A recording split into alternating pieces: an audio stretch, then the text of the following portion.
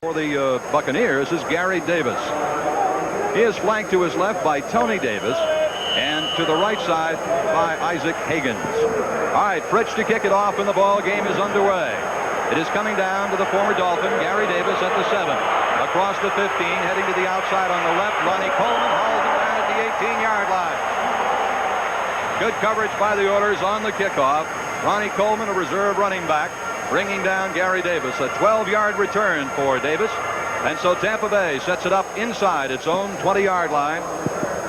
Here's the offensive line for the Buccaneers. Some changes. Revis, Yarno is a change. Jim Leonard is a rookie. Darrell Austin is a change at right guard. Charlie Hanna is the right tackle.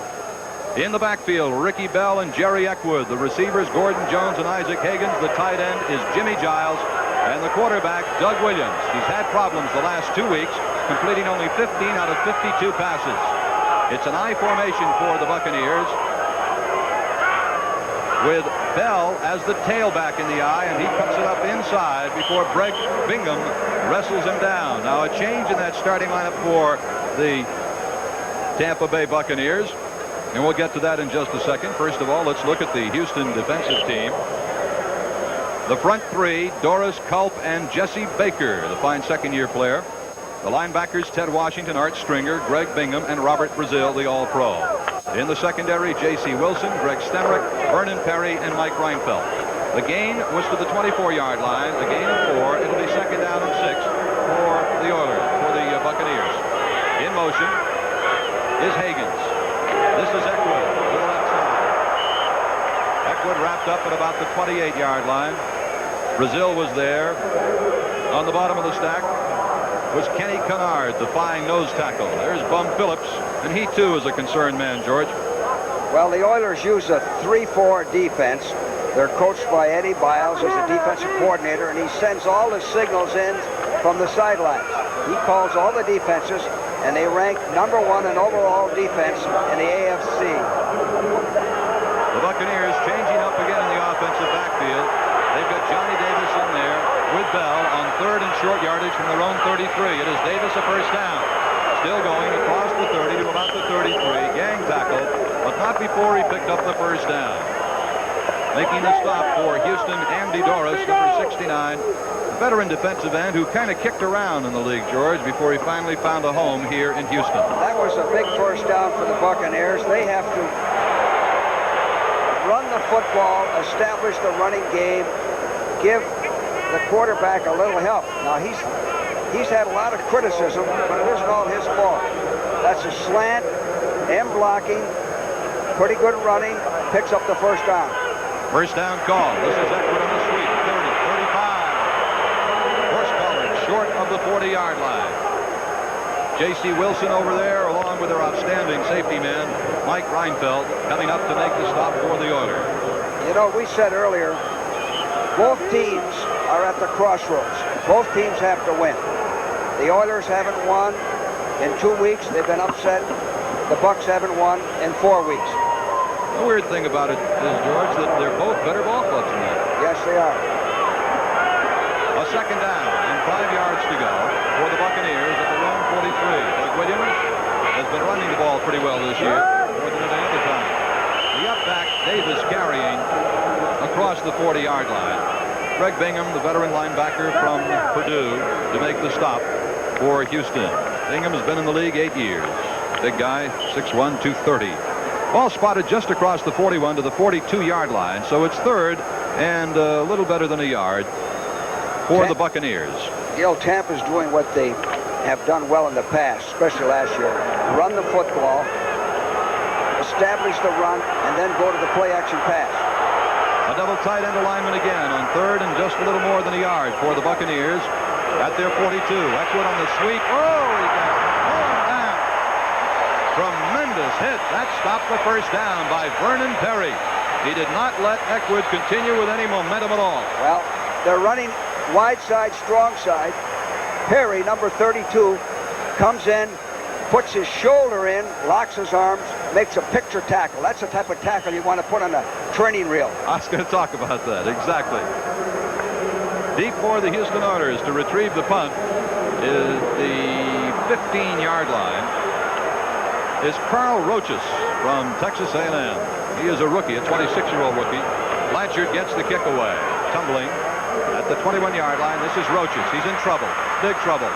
All down, just inside the 20-yard line. Good coverage on the special teams. Number 86, Jim Obranovich. So we've had a change of possession, and when we come back, it'll be Houston Oilers taking the ball for the first time.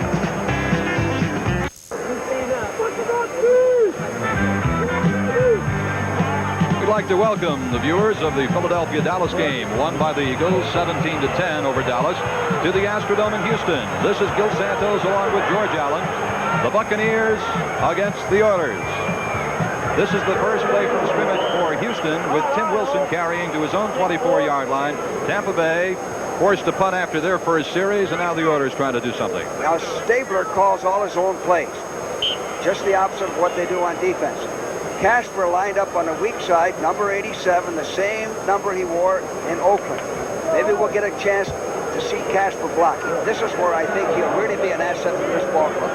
The Oilers' offensive line, Leon Gray, Bob Young, and the rest, Earl Campbell, Tim Wilson in the backfield, Casper, Renfro, and Barber are the receivers. This is Campbell smashing hard to about the 26-yard line before the Buccaneers were able to stop him, making the tackle for Tampa Bay, linebacker Dewey Selman. George, Coach, the addition of Dave Casper to this football team and lining him up alongside of Leon Gray gives them an incredible amount of blocking power on that left side. Gives them two all-pros adjacent to one another. They're using this two tight end offense with two remaining backs. I think that's a little better offensively than just one remaining back. I know it gave us more problems. It is 3rd down and 5 for the Oilers, and it's a draw. This is Rob Carpenter, first down, 30, 35, 37-yard line. Rob Carpenter. Now the wily veteran Ken Stabler, using his 11 years experience very well. The Buccaneers had put in a specialty pass prevent defense. He crossed them up with a draw to Carpenter. Well, anytime you run a draw in a passing situation, it accomplishes two things. You have a chance to pick up the first down and make a good gain, and you take the pressure off of your offensive line. I'd like to welcome the folks who are watching the St. Louis-Washington game, won by the Skins, 23-0 over St. Louis. It is scoreless. First down for the Oilers. Earl Campbell. Another first down for the Oilers. George, they're running right through the middle of that Tampa Bay defense without too much trouble. Anytime I faced a team that used two tight ends, we defense the run first and the pass second. Now that's a little unusual in pro football. Usually you're stopping the passing game first and the running game second. Casper threw a good block on that last play. I know I'm repeating myself. Casper's known as a clutch receiver. Comes across the middle, delays. He's tough on the goal line, but he is a super blocker. And this is where Bum Phillips made a smart move in bringing him in. Coach John McKay stoically watching his club from the sidelines, wondering what he's got to do to win one. After 4 games in a row, a month without tasting victory. It is a first down for the Houston Oilers at the Houston 47-yard line, and again they line it up in the double tight end. Casper is left, Barber is right. This is Tim Wilson. Normally does a lot of blocking, doesn't carry the ball all that often, but he's a good runner when he does carry it, Coach, and he's a good receiver. Yes, he's a good all-around football player. He's a perfect complement for a running back like Campbell. He has the size. He's 6'3", 220 pounds. Bum Phillips watching his club from the sideline. We're going to have a second down call coming up for the Oilers from midfield. I'd like to welcome the people who have been watching the Green Bay-Cleveland game. That one won by the Cleveland Browns this afternoon. 26-21. No score here. Second down, 6. Stabler's going to put it up. Lots of time. This is complete to Renfro. First down to the 30-yard line of the Tampa Bay Buccaneers, Mike Renfro. Now, I'll tell you why that was possible, Gil. Stabler, the first pass Stabler's thrown, he had 3.5 seconds. I got the stopwatch on him to throw the ball. He looked the field over, and he threads the needle for a big first down. That's what the two tight offense will do for you on the passing game. You have to respect the run first, then the pass opens. And Renfro, a good control receiver. Control the ball receiver. First down, Oilers. Tampa Bay 31. Campbell trying to get wide. Cut down inside the 30 at about the 28-yard line. That's Cecil Johnson, linebacker over there. And coming up out of the secondary was Cedric Brown for the Buccaneers. Speaking of Cecil Johnson, I really like the Tampa Bay Buccaneer linebackers. I don't think there's a better four in football. They do a tremendous job. They're well coached. They're disciplined. I enjoy watching them play football. The gain was 4 yards for Campbell, setting up a second down and 6 for Houston from the Tampa Bay 27-yard line. Renfro is the lone wide receiver. He is right. Wilson, then Campbell in the I. It is Campbell to the right. Nice cut inside the 25-yard line to about the 24. Earl Campbell, Wood making the tackle. Let's see if we can see Casper throwing a block on this last play. Here he is, 87. Cutting. The play's going the other way, so he has to cut off the pursuit, and he did that. This telecast presented by authority of the National Football League, and it's intended for the private use of our audience. Any rebroadcast or other use of this telecast without the express written consent of the Houston Oilers and the National Football League is prohibited. Third down, 4 yards to go for the Oilers. The ball marked at the 25-yard line of Tampa Bay. Carpenter's in the ball game. Passing situation. Look at the time Stabler has. He completes it to Ronnie Coleman, who came off a wing down to about the 11-yard line. When the Oilers get into a passing situation, Coach, they like to bring in Coleman and Carpenter. They're both excellent receivers. Yeah, it's a good move. Again, Stabler had all day to throw. Plenty of time to throw. You can't cover one-on-one when a quarterback has that time to throw, and he has the ability of Stabler. Look at this. Now he unloads it. Nice catch. First down. 14-yard gain for the Oilers, and they're knocking on the door. First and 10 at the Tampa Bay 11-yard line as the Snake calls his signals. It's Campbell again. Hard running inside. Oh, he just brushed aside one of those defensive linemen with a big shoulder. See, what that extra tight end does, Gil, it gives the defense another gap to cover, another gap to fill. On that last play, Casper cut the defender down like a tree. Hit him right at the knees. The ball will be marked at the 6-yard line, making it second down and 5 for a first down for the Oilers as they huddle it up. And 6 yards to go for a touchdown for Houston. This drive started back at the 20-yard line of the Houston Oilers. 2 passes, both completed, most of it on the ground. Wilson is on the right wing. Campbell is the lone setback. It's Earl Campbell into a pile to about the 4-yard line. Leroy Selman making the stop for Tampa Bay. Excuse me, Gil, that last formation, when they have one remaining back, that's the first time they've run from it. Usually, when they have one remaining back, they've been throwing. It isn't, I never felt it was difficult to defense a 2 tight end offense with just one back. I'd like to see teams use that against us. Now, when they use 2 backs, a pro formation or an I formation or a Brown formation, where they're together, that gave us more of a problem. But one remaining back didn't bother us too much. Carpenter is in. He's on the wing, and again, it's the one remaining back. Now Carpenter comes in motion. Campbell sweeping. Being strung out well. Ball down at the 4-yard line. Mark Cotney. I know you like him a lot, Coach. Oh, number 33. Number 33. Mark Cotney reminds me a lot of Kenny Houston, who I think is the best safety in modern football. Cotney plays up there like an extra linebacker. Watch 33 come across. In fact, good play by Washington also. Again, that's the remaining back. You only have to key that one guy on the run. Well, the drive is stalled at the 4-yard line, and it's a field goal attempt for Tony Fritsch.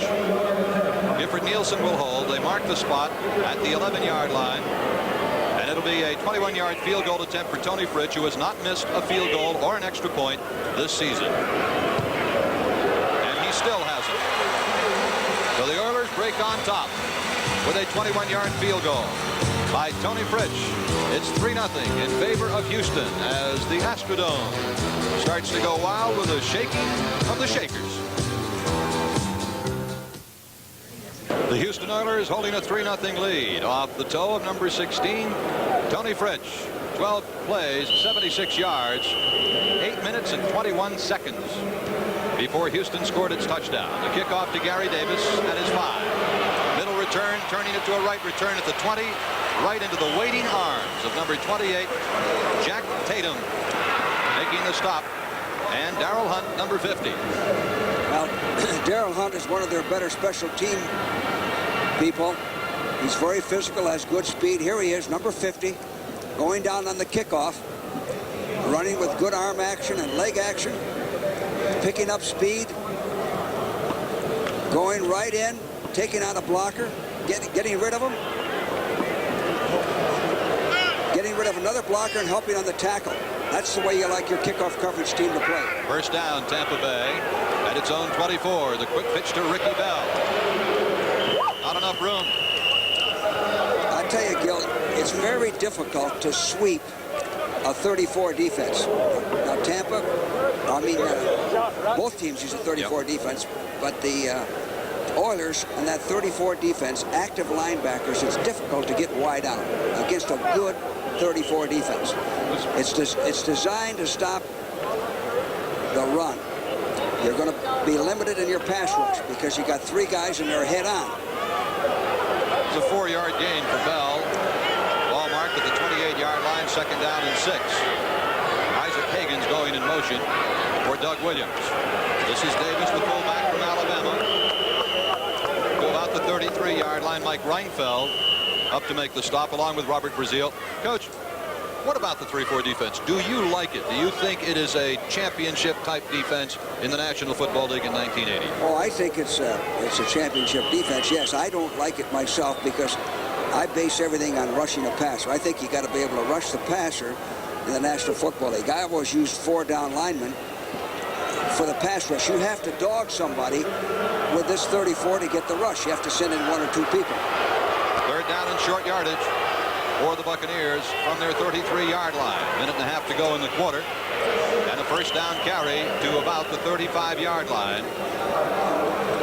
Actually, what Tampa has to do, they've been averaging about 14 points a game, struggling to move the ball. They need a couple of big plays. When we had problems with our offense, it's we weren't making enough big plays. Doug Williams needs a big play. There's John McKay on the sidelines. He's glad to see that first down. They need a big play to 81, Higgins or Giles or somebody like that. First down, 10 yards to go. Buccaneers, their own 36. Play action by Williams over the middle. This is Eckwood. He can run with it at the 40, but is cut down on a solid tackle by Robert Brazil, the All-Pro, at about the 43-yard line. Williams set that up very well. They've been running the football. Now the play action makes a good fake to Eckwood. Freezes the linebackers. Eckwood hooks up. I'd rather see him go upfield than trying to cut back and lose yardage. Keep going ahead. North and south rather than east and west. The play gains 7 yards. Second down and 7. Tampa Bay. They are using a double tight end alignment as well. Obradovich in there with Giles. In the middle is Davis across the 45-yard line for a first down. When we have 2 offenses, we probably won't have another game quite like this. You got 2 teams using 34, both teams using 2 tight ends. And both teams trying to use the big fullback. Right. And that is the end of the first quarter at the Astrodome in Houston with a score. The Oilers leading it off a Tony Fritsch field goal. From the 21-yard line, it is a 3-0 lead for Houston. They're watching the ball game live, and they're watching the replays as well here in the Astrodome as we start the second quarter with a 3-0 lead for the Houston Oilers. Tampa Bay has it, first and 10. The Buccaneer 48-yard line. Williams with his backs in a split. That's Eckwood running into difficulty. Well, it's penalty marker down. Just what I said, trying to run wide, trying to run a sweep against that 34. Very difficult. Not that you can't, but you're not going to make a living, especially against the Oiler defense. Hard pressure by Stensrud and by linebacker Art Stringer, but the penalty will go against the Houston Oilers. Offside. So they pick up a quick 5 yards. what happens there. Encroachment 59. Exactly. Still first down. A player lines up offside, and he's not aware of it, and the ball is snapped. This situation here, Coach, a penalty, a 5-yard penalty on first down, I've got to feel is one of the, there's Kenny Burrow, one of the real cardinal sin penalties in professional football, because you've given a team 5 easy yards, now it's 1st and 5. Yes, it is. Still the double tight ends for Tampa Bay as Ricky Bell carries the ball a little further into Houston territory to about the 43-yard line. The Buccaneers are running the ball well. Yes, they are. Well, they're doing that. We have almost a duplicate situation. We have two teams that are making their living running the football. Both have two tight ends. Neither quarterback wants to throw, and when they do throw, they want to go play action. Going to be 2nd down and short yardage for the Buccaneers. There's Bum. That's the way watching the action. To attack a 34 defense is go right at him. Like they did that last play. Go right at him. The Oilers are 7th in the AFC in defending the rush. The Buccaneers are 8th in the NFC in running it. And this very close to a first down at about the 41-yard line as the big fullback Johnny Davis,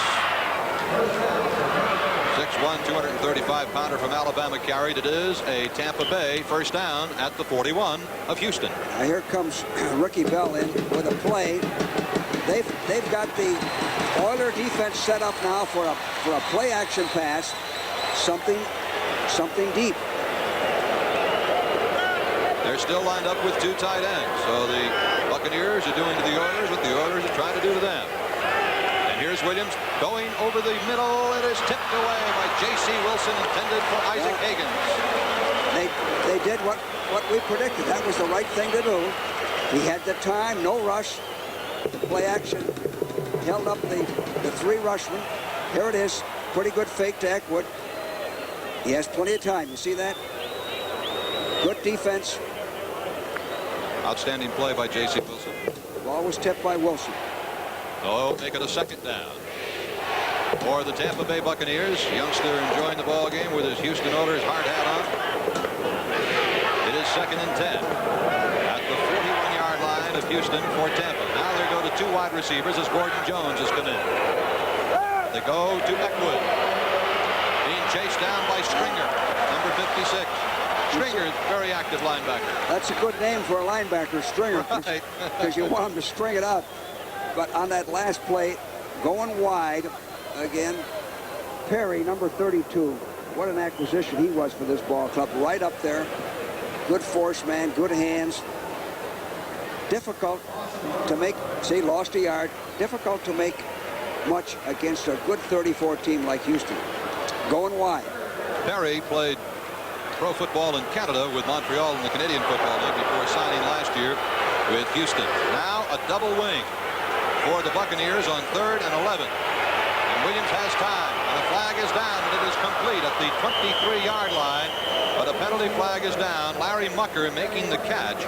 Wilson bringing him down, but let's check the penalty. And Houston went with 4 down linemen to rush him. Williams looks pretty good today. Williams has thrown with authority. Looks better than I have seen. A procedure call against the Buccaneers nullifies the first down game. That shouldn't happen. When that happens, Gil, you're beating yourself. Well executed play, good protection. Here's Jim Tunney. Illegal formation, number 87. Still 3rd down. That's a lack of concentration when that happens. You see, that play right there is forgotten, but that play could cost you the ball game. Sure. You got a first down. You got Houston in the hole. Now the Oilers.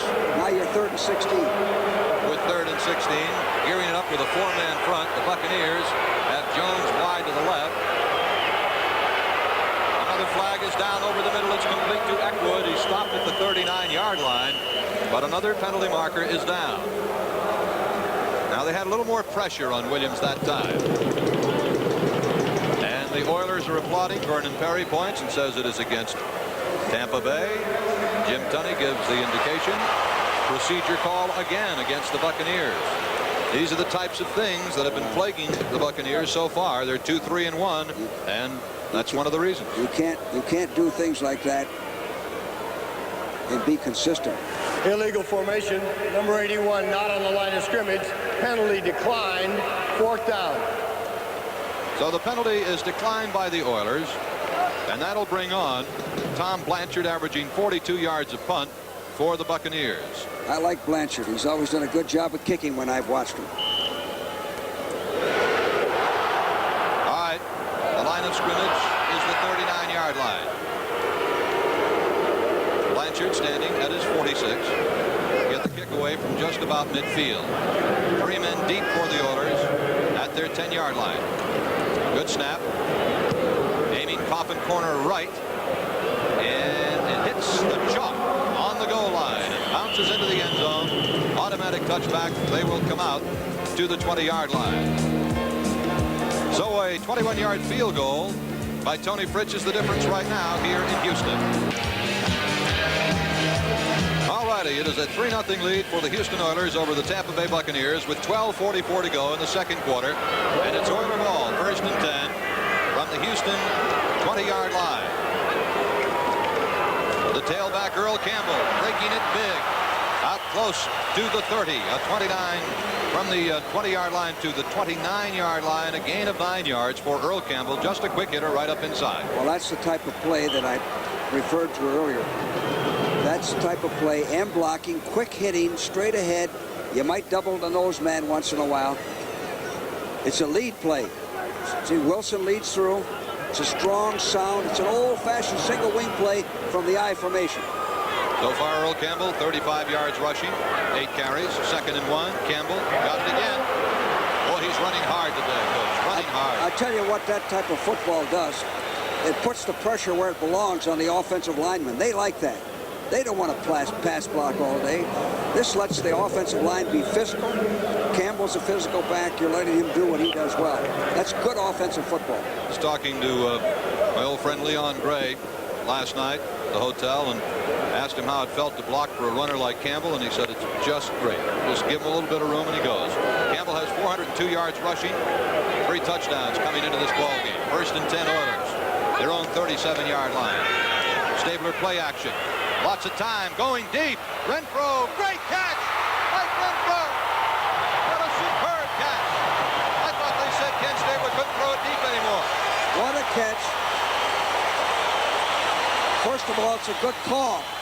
He set this up with a play action fake to Campbell. All day to throw. Watch this catch. This is a professional catch. A diving catch, and held it as he hit the AstroTurf. That was the toughest part. A 42-yard play. And the Oilers are 1st and 10 at the Tampa Bay 21-yard line. That's what you need to get the offense going. A couple of big plays, a couple of home runs. This time, Houston has Billy White Shoes Johnson to the right side. It is Campbell. Lead block from Wilson, a good block. Penalty marker down. Campbell is inside the 10-yard line. Pipped up there by Cotney. Got a good lead block from Tim Wilson coming around the corner. I think it's against the Oilers, Gil. Holding is the preliminary indication from Jim Tunney. Well, they could call holding most any time they want to. Well, we've seen what the Oilers have done so far with the 2 tight end offense. The Buccaneers have gained some yardage. Holding 86, 10 yards, still 1st down. Mike Barber. Yeah, Mike Barber's And call. 6'6", 6'7", 340 pounds. He's from Washington, D.C. Angelo Fields. He was the first pick. They didn't have a first pick. He was the first pick in the 2nd round. He's a tremendous prospect from Michigan State. Guy that size, by the time you get around him, they've run 2 plays. If I had him, I'd have him lose a few pounds. 1st and 20 now for Houston off the penalty at the Tampa 31. Stabler again with time. This is Casper. Dave Casper. His first reception as a Houston Oiler. A flag is down. We may have a late hit on this one. But the Astrodome has exploded on that one. I think it is a late hit. Now that's what Casper does well. Read the defense and find the opening. No, I'm not so sure it's a late hit. The umpire talking things over with Jim Tunney. The 14-yard completion to Casper. It is a personal foul against the Oilers. Back-to-back penalties. Well, it was a late call either way, whether it's offense or defense. Back-to-back penalties stymieing for a moment here the Houston drive. You know, penalties are part of the game, but penalties that show a lack of good judgment beat you. You can't allow yourself to be Personal beaten by foul, penalties. number 45, late hit, still first down. See, that's what we said. It's a very seldom called penalty, though, a late hit on an offensive player. That's a tough call on Wilson because he's hustling to make a block, and is it late or isn't it? It's a judgment call by the official. The officials are trying to protect the players. That's the way to do it. Make a call if you're in doubt. First and 21 now for Houston from the Tampa 32-yard line. Renfro is into the game wide to the right. Campbell on a draw. Earl Campbell to about the 26-yard line before he's chased down. Well, you know what? Earl Campbell is a power runner. He just runs over people. If you try to tackle him high, he's going to punish you. The man that was in on the tackle is injured. If we can find out who that is. There's Earl Campbell. Take a look at the injured player. It is a defensive back, Mike Washington, the right cornerback. So Washington came up to make the hit. He had help from linebacker Cecil Johnson, but Washington took the worst of that from Earl Campbell. There was a little stop in the action here with 10 minutes and 6 seconds left to play in the first half. The Houston Oilers are leading 3-0, and when we come back, it'll be a third down call. Was the injured Tampa Bay Buccaneer. He has left the ball game pretty much under his own steam. There he is on the sidelines. Norris Thomas has replaced him. It is 2nd and 16 for the Oilers. Let's see if Stabler tries to go to work on Thomas right away. 2nd and 16 at the 27-yard line of Tampa.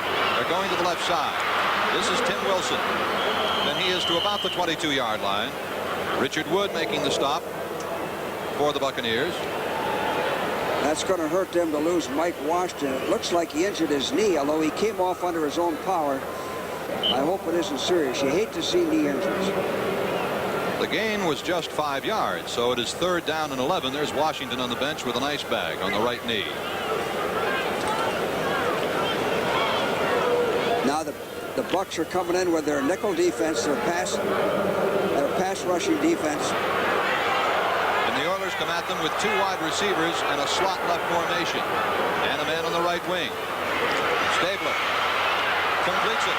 This is Carpenter, but brought down at the 16-yard line, covered well by linebacker Scott Brantley, the rookie. They had a good rush on Stabler. He got rid of that ball just in time.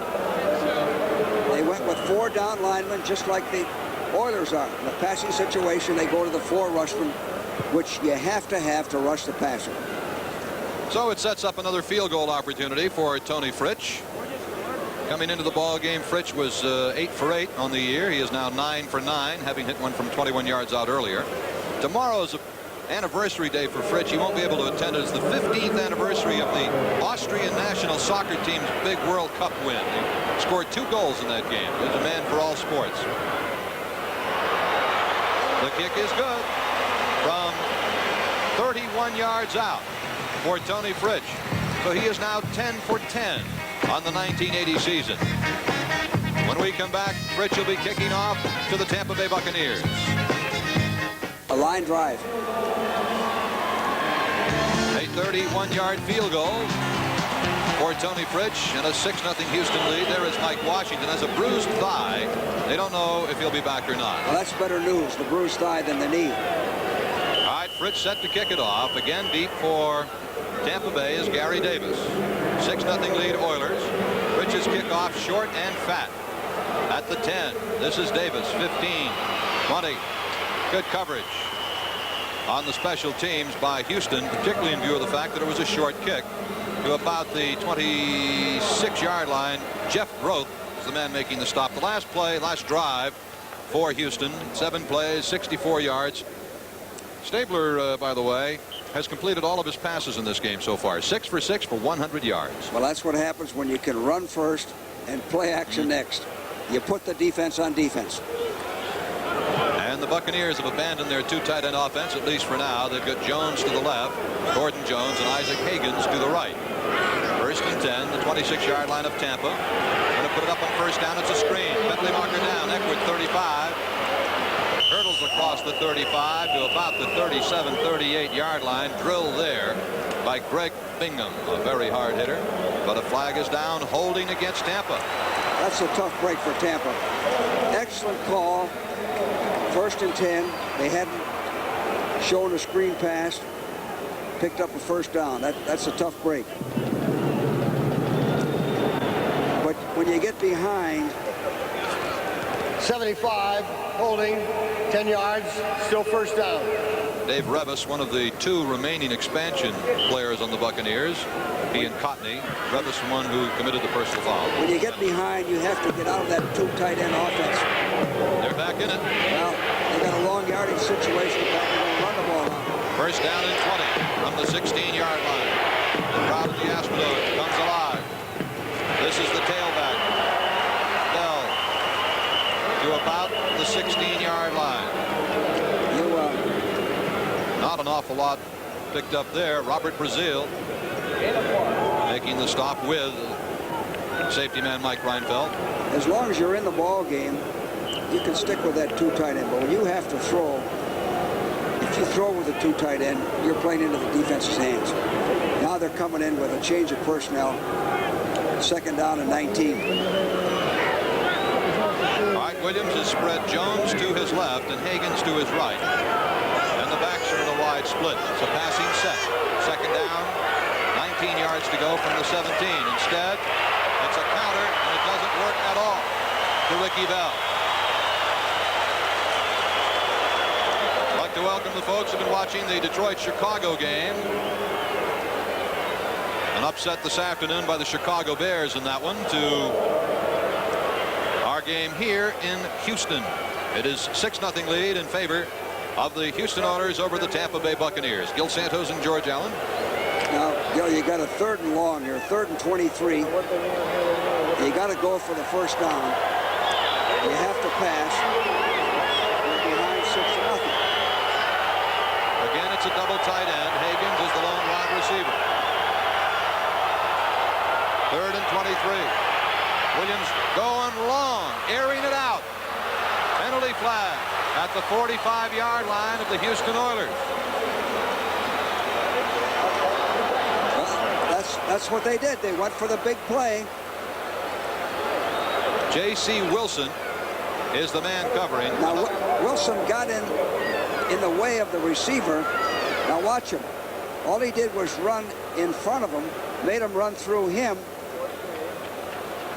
And they're calling a flag on that. There was also a flag back upfield. Offense, number 80 and number 81 declined. 4th down. Offensive interference on both Isaac Higgins and Obradovich. Good call. So the Buccaneers are forced to kick now from deep in their own territory. The ball at the 13-yard line. There's Ken Stabler, who is 6 for 6 this afternoon so far. Right now, he's in the driver's seat. He should feel good. Everything he has done has worked to perfection. Billy White Shoes Johnson at his 45-yard line for the Oilers. And just inside his own end zone is Tom Blanchard to punt for Tampa Bay. 10 men on the line of scrimmage. They peel back for a return. Johnson can really scoot with it. 45-yard line. Runs out of room on the sideline at about the 41. Well, they have great field position. He only had 4.0 hang time on that punt. Not very good. It's 6-0 Houston, and they have good field position. 15 seconds remain to be played in the first half here at the Astrodome in Houston. A pair of Tony Fritsch field goals giving the Oilers a 6-0 lead. Houston has the ball. 1st and 10 at the Tampa 41-yard line. Coach, is this a good time to go up top and try to break it open early? Well, Stabler's in great position here to go play action. Whatever he does right here is the right thing. Lone setback is Campbell. Wilson in motion to the right. Campbell cutting back against the grain. 35, 30, runs over a man, but the man hangs on. Mike Washington made a superb defensive play in front of the rambling Mr. Earl Campbell, who took his 224 pounds right into him. Well, he gave him the ball real deep in the backfield so that he can pick a hole. Campbell has great peripheral vision, saw the opening, and Mike Washington shows he's okay, which is good to see him back in there again. Los Angeles leading San Francisco 7-3 in the second quarter of that game. It was a 14-yard run by Campbell. It is a first down for the Oilers at the 27-yard line of the Buccaneers. Same formation with Wilson on the right wing, but this time he's going in motion to the other side. And Campbell shoots it right up inside. Well, they're running the middle of that defense to shreds, Coach. That's the way to attack a 34 inside running. Not that you can't go outside, but Stabler is really in the driver's seat. The running game is going well. He's 100% passing. Everything that he's calling is on the button. Now he can set them up with a crossing pattern, a delayed pattern, a play action pattern.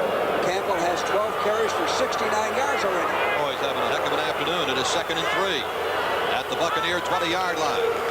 Stabler goes to the first man, Wilson, trying to grind out the first down, and he is very close and I think may have had the first down. Leroy Selman making the tackle on Tim Wilson. Now the reason that was a good call, he was second down and 2, and he gives the ball to Wilson. The defense is concerned about Campbell, so your front man, your fullback, has a chance to break loose and pick up the first down. It is a first down for the Houston Oilers at the Tampa Bay Buccaneer 17-yard line.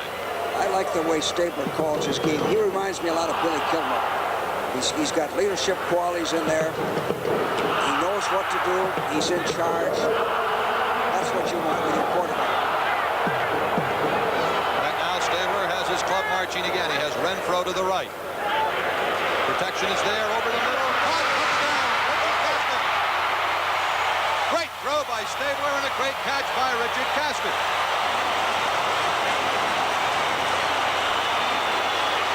Or was that Mike Barber? I think it was Barber 86, not Casper 88. Yeah. All right. That's what we call a seam pattern. He went up and took the ball away. You know, Mike Barber was a little upset when they brought in Casper, but that's only because he's a competitor. He's a good football player. You need Barber. You need Castor. You need Casper. You can't get enough good football players. So Tony Fritsch will attempt to add the extra point. He is perfect on the season on extra points, 10 out of 10. Nielsen to hold. He got it. He hasn't missed a kick this year. So Kenny Stabler fires a touchdown pass to Mike Barber. And the Houston Oilers have jumped out to a fast 13-0 lead with 4:17 to go in the second quarter. All right, Coach, tell us about this one. All right. Here's Stabler setting up a seam pattern to Barber, and he's covered by 58, Dewey Selman. Dewey has his back turned, can't cover him. He's supposed to get help from the safety, but he couldn't get over there. Stabler threw a perfect ball. So it is a 41-yard march in 4 plays for the Oilers on the touchdown reception by Barber and a 13-0 Houston lead. And Fritsch is ready to kick it off again. Buccaneers are going to have to score pretty soon if they want to stay in this thing. It's a short, fat kick to Gary Davis at the 13, 20, 25. At the 28-yard line, he goes down in the grasp of Darrell Hunt. You know, Gil, one thing on these kickoffs by Tony Fritsch, he kicks a very returnable ball. It's not too deep. It's about the 10, 12, 15-yard line, and it's not very high. I've been timing them. You can organize a good kickoff return against a kicker like that. Tell you what, though, when he's going for points, he is perfect. Well, that's the most important thing for him to do is get those field goals when they count. Make the ones you have to make. 1st and 10, Tampa Bay. Its own 29-yard line with 4:08 to go in the quarter. 13-0 Houston. Williams to Gordon Jones. Nice catch. First down at the 41-yard line. Gordon Jones, the second-year receiver from Pitt, the second-round draft choice, had 15 receptions coming into the ball game. Second-round draft choice 79. Well, Tampa's out of their 2 tight end offense. They're going to a standard pro set, which is what we'll probably see more of if they fall behind like this. They got to put some points on the board. I think Williams is throwing pretty good today. He is. Again, go back to that play that we talked about earlier. The penalty. Yeah. One lone setback, Ricky Bell. In motion, 81 is Higgins. First down, Tampa. 41-yard line of the Buccaneers. Deep drop screen setup. A tight end screen to Jimmy Giles, but he can't break free. And they lose a yard at the 40-yard line. Number 67, Stensrud. Number 75, Baker. Number 52, Brazil. And 33, Wilson, all in on the stop. Well, they went to 2 tight ends on that with 1 remaining back and screened to Jimmy Giles. It's a good play. Giles is the type of tight end that runs well with the ball after he catches it. But the Oiler defense read it perfectly.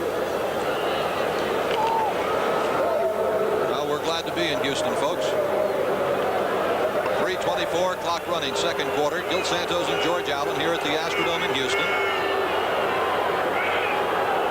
Buccaneers sniffing out a blitz, maybe. Williams flaring it. That's Bell at the 45, and a nice cutback to the 48-yard line. Brazil is there with Bingham for Houston and Stensrud. The Oilers went to 4 down linemen on 2nd down and 10. They're coming in with 4 rushmen. Pretty good pressure. He wanted to go downfield. He did the smart thing, dumped it off to Ricky Bell. Going to bring up a 3rd down and 4 yards to go for Tampa Bay from its own 47-yard line. Now Bell is out. There is no antidote for blue venom. I would imagine they're referring to the snake. Slot left. They put Eckwood in the slot left. And they have a slot right, a double wing formation for the Buccaneers on 3rd and 4. This is complete to Giles. He has the first down across midfield to the 48-yard line of the Houston Oilers. Now, the Buccaneers, Coach, are putting together a decent little drive here, and this is one I think that they very desperately need at this point. And what I liked about this, they were 3rd and 4. He got the first down. You see some quarterbacks going for a big play. Get the first down. If you have to go 5 yards, throw 5 yards and get the first down. They threw to their solid receiver, a guy he likes to throw to, picked up the first down. 13-0 Houston. Tampa starting to move a bit.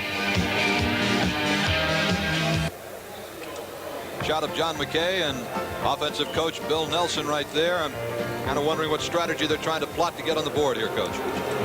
Well, John's thinking we got to get a big play here. We have to score. We have to score the first half. We can't go in without any points. 1st and 10 at the 48 of Houston. It is complete to Gordon Jones, cutting it back at the 40.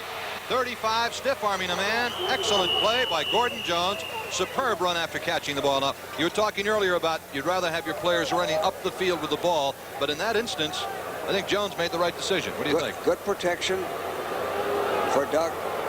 Now he hooks up, and he senses that he's cornered in and out.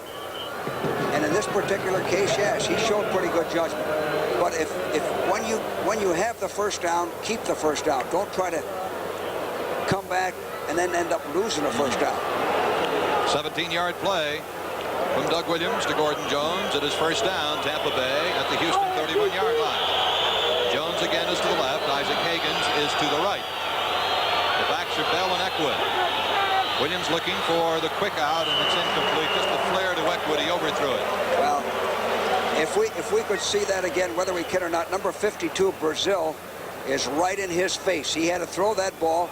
In fact, Brazil had a delivery sack on it, and he picked up Doug. Well, here it is. Now watch 52 come right in there. Nobody picked him up, and he gets a delivery sack. Down that. The back was open. You have to play him a little tighter, but the rush forced him to overthrow. I think Eckwood should have, or was supposed to have rush blocked him there a little bit. Well, it depends on their pass protection. A double wing formation for the Buccaneers on 2nd down and 10 at the Houston 31. Slots both left and right. Good protection for Williams here. Incomplete to Jones at the 28-yard line. A flag is down. Covering for Houston was Greg Stemrick, but I think he'll be called. There are 2 flags down. One at the point of the pass attempt. The other one back up the field. I know one is against Tampa Bay. They may wash each other out. Let's see. Jim Tunney. Houston's doing a good job of putting pressure on Doug Williams with 4 men. We had a double foul, holding offense, defensive pass interference. We'll replay the down, first down. Yeah. Here it is. Number 71.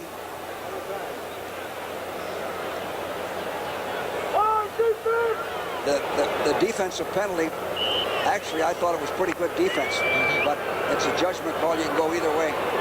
So we'll replay it. Second down and 10 at the 31-yard line of the Oilers. 1 minute and 41 seconds to go in the half, and Houston leading Tampa 13-0. Again, a double slot formation to each side of the field for Doug Williams. He evades the rush. He can run. 30, 25, 20. Inside the 20 to the 18-yard line to the 17-yard line. Doug Williams has already run for more yardage this year, 212 yards, than he had in his first 2 seasons combined. Well, he's like another running back. Here he rolls out. His strength allows him to get away from the rush. Big play.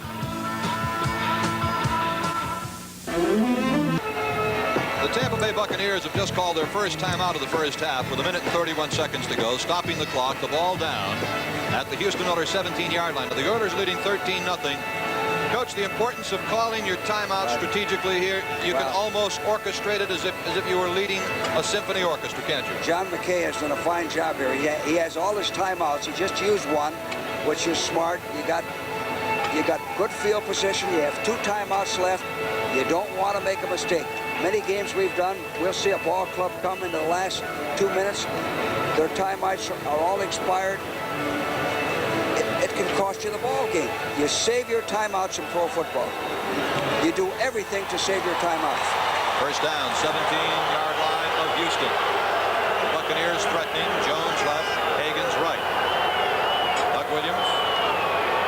Short drop, slant. Jones, touchdown. Excellent call. That quick slant, just a very difficult pass to defend. That's a tough play to cover. It was well thrown. Here it is. Makes a little fake to the fullback and guns it right in there, low and hard. He threw it the way you have to throw a slant. You throw it in there real hard. One-on-one coverage. Difficult to stop. Kilmer, Jefferson, Taylor. We used to make a living on that type of play. We called it a fast goal. That's Yepremian's extra point, and so it is a 13-7 ball game.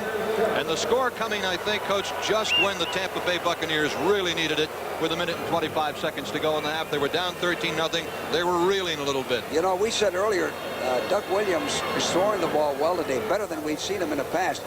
Most every pass has been on the button, and he's had a couple of tough breaks, penalties on plays. So he looks like he's ready to play. It was a 9-play drive covering 71 yards for the touchdown strike to Gordon Jones, and so it's 13-7, and the Buccaneers kind of buckled up the chin strap and came back into it. And you know what we get here? If Stabler gets field position, now we see Stabler in his 2-minute offense. Coming up. And the Oilers have all 3 of their timeouts. All right, and Stabler is a master at it. He an certainly absolute is. master. We'll have scores and updates of all the other games around the NFL today coming up at halftime with Brent Musburger and Irv Cross.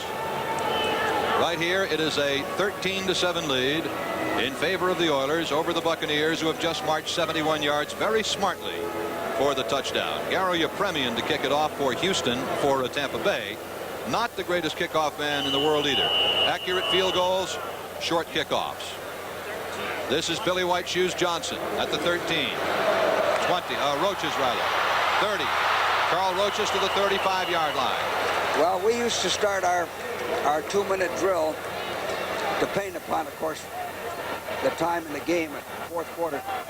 Our rule was to start it around the 35, always the 40. So they're in a position to start their 2-minute drill. We were talking earlier today, Coach, 21-yard return for Roaches, about the importance of those 2-minute drills, and I know your ball clubs worked on them religiously. Well, we felt that every edge we could get, we always wanted our defense to be prepared for the 2-minute drill as well as the offense, and we worked on it early in the week, and we worked on it later in the week, and we worked on it with every quarterback. Theismann worked on it, Kilmer worked on it, Jurgensen worked on it. Stabler to throw on first down. This is complete to Barber across the 40 to the 42-yard line, where he goes down under the grasp of Cotney and Jordan, along with linebacker David Lewis, real specimen, 6'4", 245. Just a control pass by Stabler. Gained 7 yards. It is 2nd and 3. This one is complete to Johnson. White shoes at the 45-yard line where he comes down under Mike Washington. See, this is a beautiful part of pro football. Stabler went to two patterns, both hook patterns. They're easy to throw. They're difficult to defense. Get the first down. Now he takes time out. He's got 48 seconds to play, and he still has 2 timeouts left. Very easily be in field goal position or maybe even go for a score. Kenny Stabler, many times in his illustrious National Football League career, has marched his team, whether with Oakland before and now with the Oilers, down the field in the final 2 minutes. Now, one thing I liked in my 2-minute drill, the Bucs are going with a 3-man rush. I always, again, wanted to go in with 4 people. If you give quarterbacks in this league time to throw, they're going to complete them. So it'll be interesting to see if the Bucs still stay, Gil, in that 3-man rush. And Stabler, look, is 9 for 9 for 137 yards. Boy, both quarterbacks are having good days. Stabler is having a terrific day. And the reason for that is both have time to throw. And he spread them out, too, as a matter of fact. His 9 completions have gone to 7 different receivers. Now, how do you defend that? You're on offense when you're having the time to throw and spreading your receivers out. Johnson goes left, Renfro goes right. Wilson is the lone setback in a double tight end offense. Stabler flagged down. It is incomplete, intended for Casper at the 30-yard line, but a penalty flag has gone down. Back in the vicinity of the pass, and offensive holding is the suspected infraction, and that's what it is. You know, Gil, one of the reasons Stabler threw that ball behind Casper is he had so much time to throw. Casper was not the primary receiver, but he had so much time to throw. Then he saw Casper come open, and he Holding, 74, 10 yards, still first down. Threw it as a last-minute effort. Well, that cost them 10 yards, the holding call against Leon Gray. Bum Phillips on the sideline lamenting the penalty. Now that hurts. That really hurts. Puts him back on the other side of the 50-yard line. It is 1st and 20 now for the Oilers. 43 seconds left in the half. Houston at its own 45. It's a draw to Rob Carpenter. Carpenter trying to outrun the defense. He's in trouble. He is hauled out. Well, he's doing the right thing. He's trying to get out of bounds and stop the clock, and he did. He saw that he couldn't turn upfield, and he raced for the sidelines to stop the clock and save those timeouts again. Save the timeouts. Curtis Jordan from the left corner making the tackle. Well, that gives us 36 seconds left to play in the half. It was a gain of 1 yard, so it'll be 2nd down and 19 for the Oilers. From the Houston 46, Casper goes out. Now they line up with Richard Castor in the ball game now. And let's see if the Tampa Bay Buccaneers went offside or they were induced to go offside. I think one of the reasons Casper is out, Gil. False start, movement of the ball by the center, 2nd down. You know, the reason for that Oilers is are taking themselves out of this. when you go on sound, when you go on a quick count sound, there's a tendency for someone to be rocking. But I think one of the reasons that Casper's out of there is he has had much time to learn their 2-minute drill. And a lot of this is called audibly. You're calling, most of the time, you're calling 2 plays in a huddle. Well, the Oilers with a holding call and now a 5-yard penalty are rapidly taking themselves away from scoring range. 2nd down and 24, Houston at its own 41-yard line. Renfro is right and Johnson left. Stabler over the middle for Castor. He's got it. At the 33-yard line, a penalty marker is down. That is enough for a 1st down to Richard Castor. Well, he called the right pattern against the defense. It's a seam pattern to Richard Castor. Penalty will go against Tampa Bay, offside. Coach, when you're looking at the Houston Oilers and you're looking at Barber, a 26-yard play there, you're looking at receivers like Barber, like Castor, like Casper, like Wilson and Carpenter and Renfro and Johnson. That's an incredible defense. It is. And now Casper just came in. Pass, 1st down. The big thing, Gil, is that they're all experienced and they can read the defense. They aren't going to run poor patterns and allow your quarterback to get an interception because of a poor route. It is 1st and 10. Houston with 25 seconds to go in the half at the Tampa 34. Hard rush. Bill Kohler has it. Bill Kohler, the former Cincinnati Bengal that time, beat his man Morris Towns to the quarterback. Watch Bill Kohler, 77, come in, lower the shoulder, beat his man to the outside, and the official promptly called him dead, which is what the rule is designed for, to protect the quarterback. Bill Kohler, we've been watching him all through the ball game. Is really playing a fine football game. He's been an excellent addition to this football team. Well, he's right up there in tackles on the ball club, has 32, which is third or fourth on the team in tackles. He came from the Cincinnati Bengals in a 1977 trade. Kohler, originally a high draft pick of the Bengals. Matter of fact, was drafted first or second round for Cincinnati before coming over here. Well, here's the story. 18 seconds left to play in the first half. It is the Houston Oilers 13 and the Tampa Bay Buccaneers 7. At halftime, Jack Whitaker's legends of the game, Deacon Jones.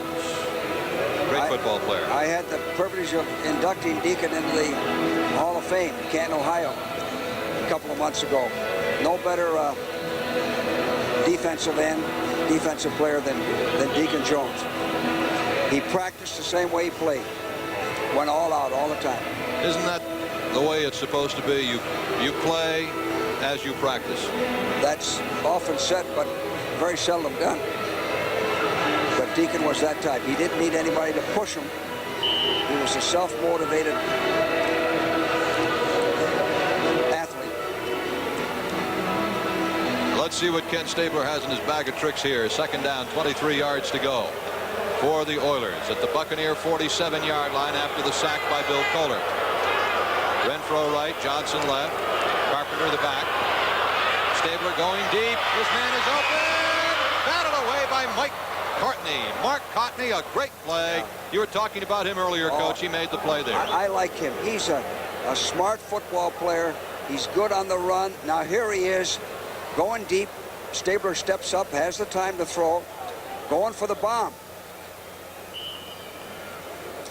You know, should have intercepted it. Courtney should have intercepted the ball. A lot of people have been telling me that Stabler can't throw the ball deep anymore. I'm going to have to disagree with him off what I'm seeing today. He's throwing the ball deep twice today. That could have been a little bit longer, but it was a fine defensive play by Courtney. All right, third down, 23 yards to go, Oilers. Now they put up 3 wide receivers to the left side, looking for an alley-oop. Stabler lets it go. It is intercepted. Intercepted by Cedric Brown of the Tampa Bay Buccaneers, killing the Houston Oilers drive with just 3 seconds to play in the first half. Well, you see, the reason for this, they had great field position. The penalties. Penalties take you out of field position. He actually overthrew the receivers. His arm, yes, he did. His arm showed no weakness there. Absolutely. 2 penalties, Coach. Offensive holding, a 5-yard penalty, took them immediately out of range. Then as they started to come back with it, the big sack by Kohler.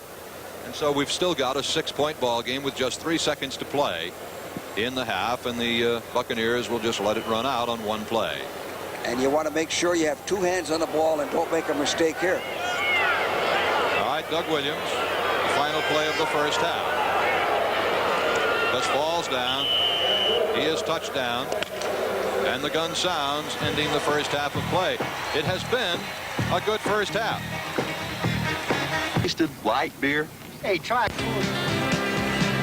Well, hello again, everyone. I'm Gil Santos along with George Allen. It's halftime here at the Astrodome in Houston. And we have, George, what has turned into a Rip Snorton football game, 13-7. The Buccaneers came back when they had to. When they were down 13-0, they came back hard to score the touchdown. And what do you think of the first half? What do you look for in the second half? Well, the interesting thing is that Houston has controlled this ball game. They made 239 yards to 122 for the Bucs, and yet they only have 13 points. With a 2 tight end offense, you better score some touchdowns. If you have to settle for field goals, you're going to be in trouble because your time of possession doesn't mean a lot unless you score touchdowns. All right. Now, how about the whole outlook for Tampa Bay defensively in the second half, how they're going to stop Stabler's passing. The one thing I really like is Doug Williams shows a lot of authority. He's throwing the ball well. He has pretty good protection. I think Tampa's going to stay right in this. It's anyone's ball game. All right, the second half kickoff at the 10-yard line to the 15. This is Jeff Groth for the Houston Oilers across the 20, close to the 25-yard line. And that's where the Oilers will go to work to start business here in the second half. Our first half scoring 2 field goals from Tony Fritsch, 21 and 31 yards for a 6-0 lead.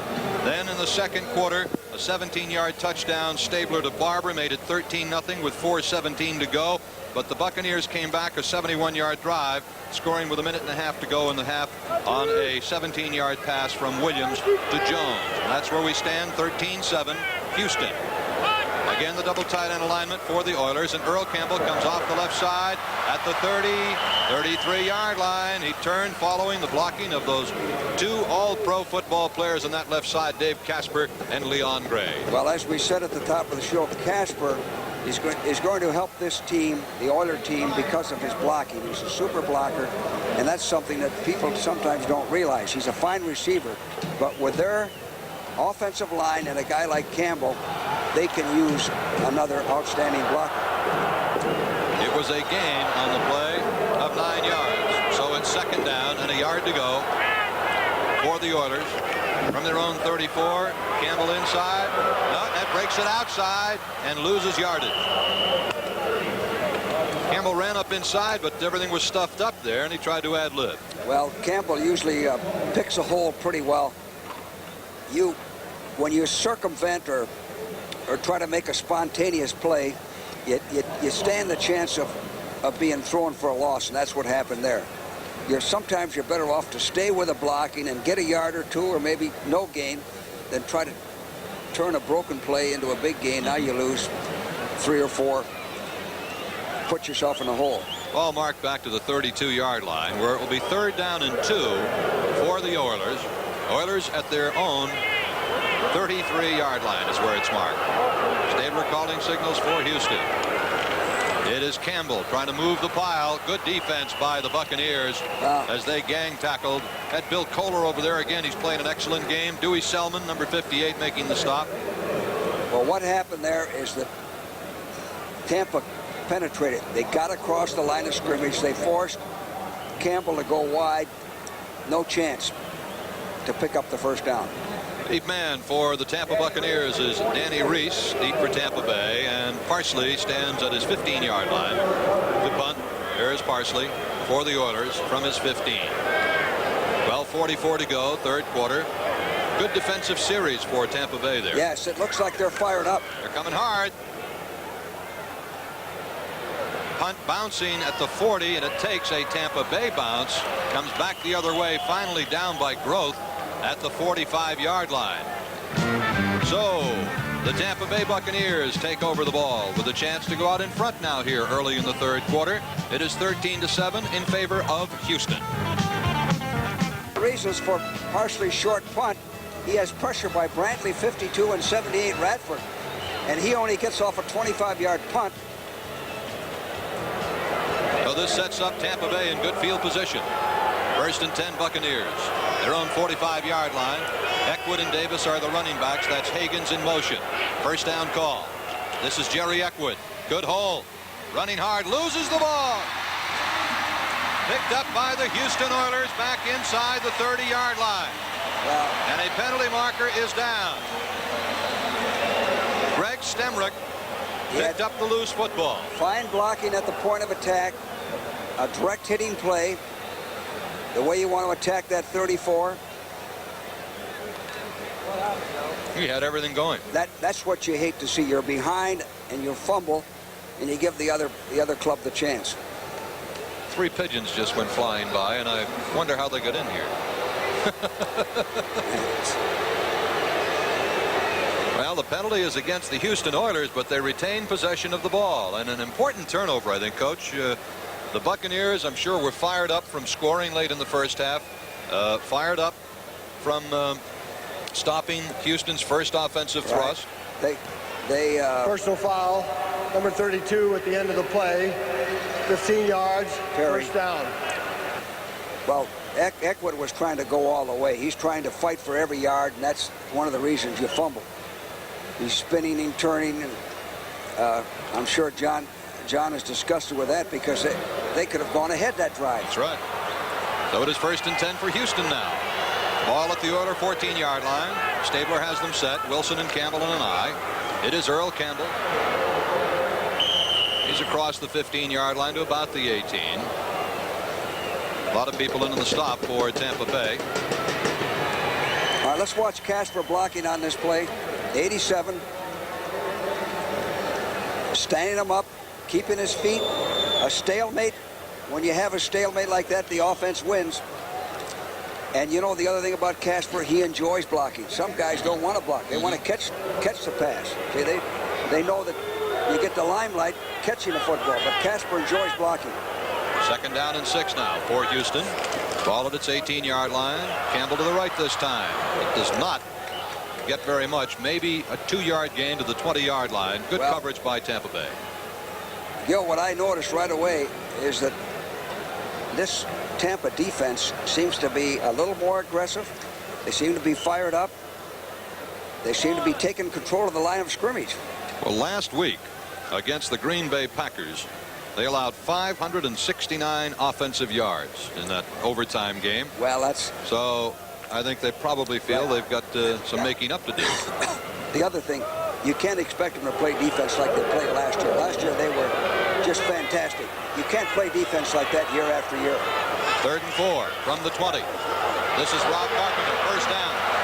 Carpenter to the 29-yard line. Rob Carpenter, to me, Coach, is the kind of a back that a good football team has to have in order to win. Yeah. He is not going to break many big plays on you, but he can run hard. Right. He's a good runner, a good receiver, a good blocker, and he's a smart football player.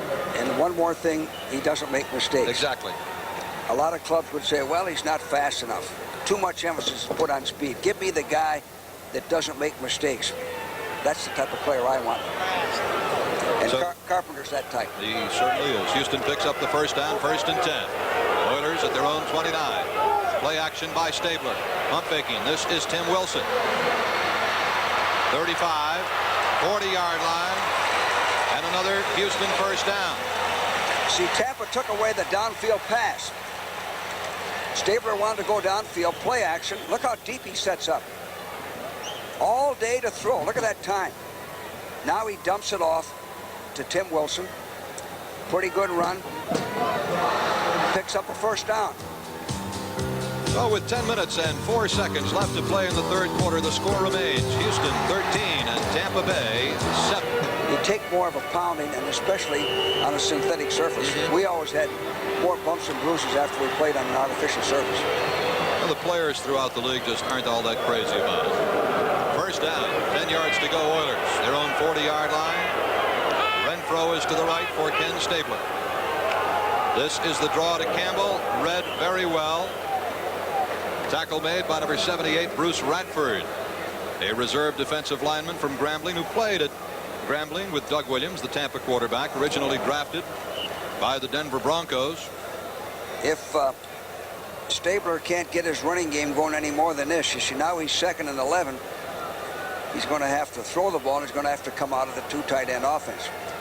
You can't make a living throwing the ball with 2 tight ends. Now there goes Campbell out. They lost a yard on the play. 2nd down and 11. Wilson sits on the right wing, and Carpenter's the lone back as you see Wilson in motion. Stabler flares it to Rob Carpenter. He's got some blockers in front. 40, 45, against the grain, heading for midfield. 45 of Tampa, all the way down to the Tampa Bay 36-yard line. But there's a flag on the play. A flag on the play at midfield. Great instinct shown by Carpenter as he ran to the open portion of the field. Quick screen, you get arm tackling. And it worked so well because they were holding. If you run against the grain, you shouldn't have to hold on a quick screen unless your man beats you completely. It was a 25-yard gain, which has now been wiped out. Gil Santos and George Allen here at the Astrodome in Houston as 2 Central Division teams. NFC Central Buccaneers and the AFC Central Oilers play each other. Now, Coach, they haven't played each other in a regular during the run, number 45, still second down. Penalty called on Wilson. They haven't played each other in a regular season game since 1976. Only 2 Buccaneer players remain from that team. Is it much more difficult for teams to get ready for each other when they haven't played over that space of time? Well, I don't think so, Gil. You can get films, all the films you want to study somebody, and you have personnel reports, you have scouts, so it never bothered me. Okay. We have a second down and 11 for the Oilers from their 39. Stabler's going to put it up. Fumbles the ball. Still loose. Tampa has recovered. At the 32-yard line, it was Bruce Radford, the man who came in to replace Logan, who made a big tackle on Campbell and now recovers the fumble. Yes. So the young man is impressing his coach. Play. But you know what? Stabler has so much time to throw here that he steps up, and he was carrying the ball kind of loosely, and he came in from the blind side and jarred it for a fumble. Big play for Tampa. Remaining here in the third quarter, 8 minutes and 51 seconds, a 13-7 lead for the Oilers. But what could be a turning point is Bruce Radford, that man right there, has recovered a fumble at the Oiler 32-yard line. Now, I always felt, when you got a break like that and had field position, you had to take advantage of it. You had to score points, whether it was a field goal or a touchdown. You couldn't come away without points. This is Jerry Eckwood, cut down after maybe a gain of a yard. That was it. Number 71, Ken Kennard, cut his feet out from under him. You know, one thing I'd like to do after a turnover, interception, fumble, was to go play action and go for a big play right away. I know you do. Sometimes you get the defense a little bit sleeping or confused or grumbling, and you have a chance for a big play. Radford was drafted by Denver in the 3rd round of '79, signed by Tampa just a week before the season started. No gain, 2nd and 10 from the 32-yard line. Higgins is to the right. Tampa has 2 tight ends in. Play action by Williams, lots of time. His man is open, but it's just overthrown to Jimmy Giles. Well, you know, Williams likes Giles so much. Now watch Giles release inside of the linebacker because he's dog, and he runs what we call a steal pattern. It's a 14-yard out, and he's open for a good gain. He could turn it upfield and run. The ball was overthrown, just overthrown. Well, now the Buccaneers have come down to a 3rd and 10. They have to get it a little closer for Ukrainian. Yes, they do. Yarrow's accurate, but his range, well, here it would be a 50-yard attempt, which is beyond his range. Giles is in the right slot, and Eckwood is in the left slot. Hard rush on Williams, is going to be sacked way back at midfield. Wow. Making the play for the Houston Oilers veteran defensive end Elvin Bethea. Well, penalty flag is down upfield near the 32-yard line. Williams injured on the play, obviously in some sort of pain. I'm going back to what I said. When you get that field position, you don't get it much in a ball game. You have to come away with some points. Well, now they're checking over Doug Williams to see what the problem is there. It's a holding call against Tampa Bay. So a big defensive play by a fellow that I know you like as a football player, the veteran Elvin Bethea. I tried to make a trade for him a couple of times when I was in Washington. Quarterback in the grass, controlled and down. Holding 75 offense declined, 4th down. Bum Phillips wouldn't trade him. I can't blame him for that. So into action comes Tom Blanchard. There goes Doug Williams. They had a golden opportunity, but the Houston defense certainly rose to the occasion on that series. Well, also, see, it wasn't totally the Houston defense. He had a receiver opening overthrown. Yes, that's right. Roaches is at his 10 for Houston. Blanchard to punt it for Tampa Bay. Good snap. Coming hard, but he gets it away. Angling for the coffin corner left, and it goes through the end zone. Automatic touchback. The ball will come out to the 20-yard line when the Houston Oilers go back on offense with 7:55 to play here in the Astrodome. 13-7 Oilers. Stabler will have the ball when we come back. come. The Houston Oilers here at the Astrodome, 13-7. Coach, a big situation for the Buccaneers. They could have taken the lead and failed to do anything with it. Well, as I said, when you get field position like that, even if you only get 3 points, you have to come away with something. This is a type of game where you aren't going to score many points. You got good defenses on both sides, so you can't take yourself out of field goal range. That's not good football. That's not good offensive football. It's a 4-yard gain for Earl Campbell, making it 2nd down and 6. Williams and Chuck Fusina talking things over. Both of those players, incidentally, Williams and Fusina, came to the Buccaneers as a result of the trade that sent Earl Campbell to the Oilers, allowing Houston to pick him number 1. Both Williams and Fusina, along with Giles and Reggie Lewis, in the deal that allowed Houston to get Campbell. 2nd and 6. Now, obvious movement on the offensive line by the Houston Oilers. Well, that trade that you're talking about received a lot of publicity and a lot of criticism, but John McKay made a pretty good trade when you analyze it. I think it was a good trade for both clubs, really. He needed a multitude of players with an expansion team. Usually one guy can't do that. 5 yards, still 2nd down. And just getting Giles alone, Yeah. in my opinion, he's an all-pro. I enjoy watching him play. He's a good blocker, good receiver. Doug Williams' favorite target all the time. Stabler has his Oilers set from his own 19-yard line on 2nd down and 11. Wilson is in motion. Play action by Stabler. Looking over the field. Look at the time he's got.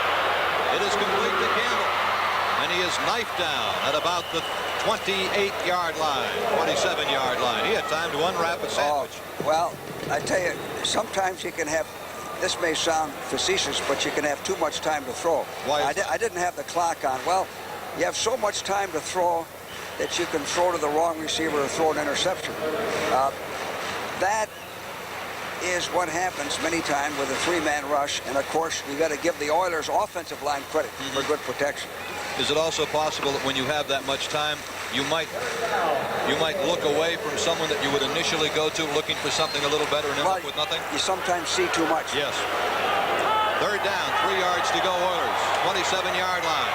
Big play. Stabler completes it to Barber across the 30 to the 31-yard line on a 1st down. He is hauled down by Richard Wood on a big 1st down completion. Check that, not Barber.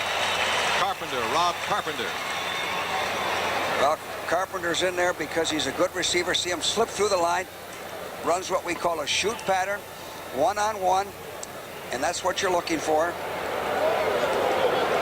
You're looking for a matchup where an offensive back is on a linebacker. So the Oilers pick up the 1st down, and they keep their drive alive with the clock running and 5:45 to play in the 3rd quarter. 13-7 Houston. Casper is tight left. Barber is tight right. Stabler on 1st down. The meal ticket, Earl Campbell, driven back. Hard hit there by Dave Logan, who is back in the ball game for the Buccaneers. Let's take a look at the great Earl Campbell. Well, he's a power runner. And he punishes you, and the only way to tackle him is low. Another thing that I find amazing about Campbell, very often it will look as though he has been stopped for no gain at all. And you look up and he has gained 2 or 3 or 4 yards. And it looks as though sometimes he's only gained 3. And when they put the ball down, he's gained 6. Stabler is 13 out of 15 for 185 yards at this point in the 3rd quarter. 2nd down, 8 yards to go. Stabler to put it up again. This is complete to Barber. He's hemmed in. Looking for the sideline. Couldn't get it. Flagged down. David Lewis, the linebacker, making the play for the Buccaneers with help from Curtis Jordan, the left corner, but a penalty marker has gone down. And the Buccaneers are signaling it is against Houston. It is. The Bucs are playing better defense this half. They're forcing Stabler to dump it off. You're not going to pick up many yards dumping it off in the flat 2-3 yards. With the swarming type of linebackers they have, forcing him to dump it off, they got to run for the 1st down, and you don't do that very much. Here's Jim Tunney. Illegal use of the hands, number 45, still 2nd down. It's Tim Wilson. 3rd time that Wilson has been penalized in the ball game. It is still 13-7 in favor of the Oilers. They led 13-0 before Tampa Bay came back on a Williams to Jones pass of 17 yards just before the half. You know, Gil, it looks like both clubs are going to have to throw more. You see how the defenses are tightening up? Yes. May force Houston out of that 2 tight end. Let's see. Play action by Stabler. Near side, incomplete. Intended for Barber at the 40.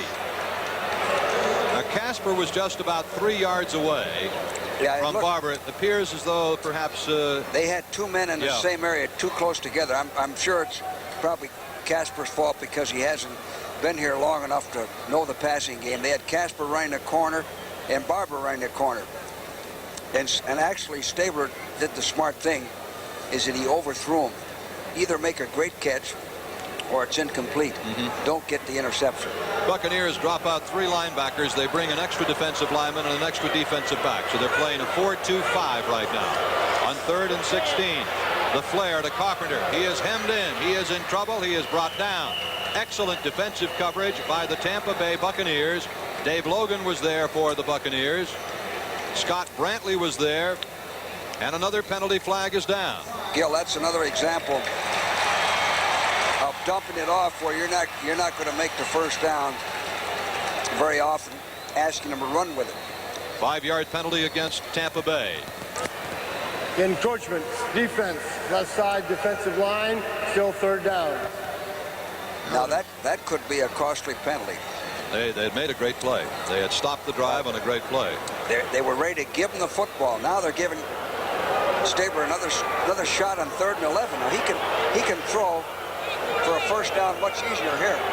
They have Coleman in the slot, and Carpenter is the lone setback. Hard rush on Stabler. He gets it away. It is complete to the 49-yard line.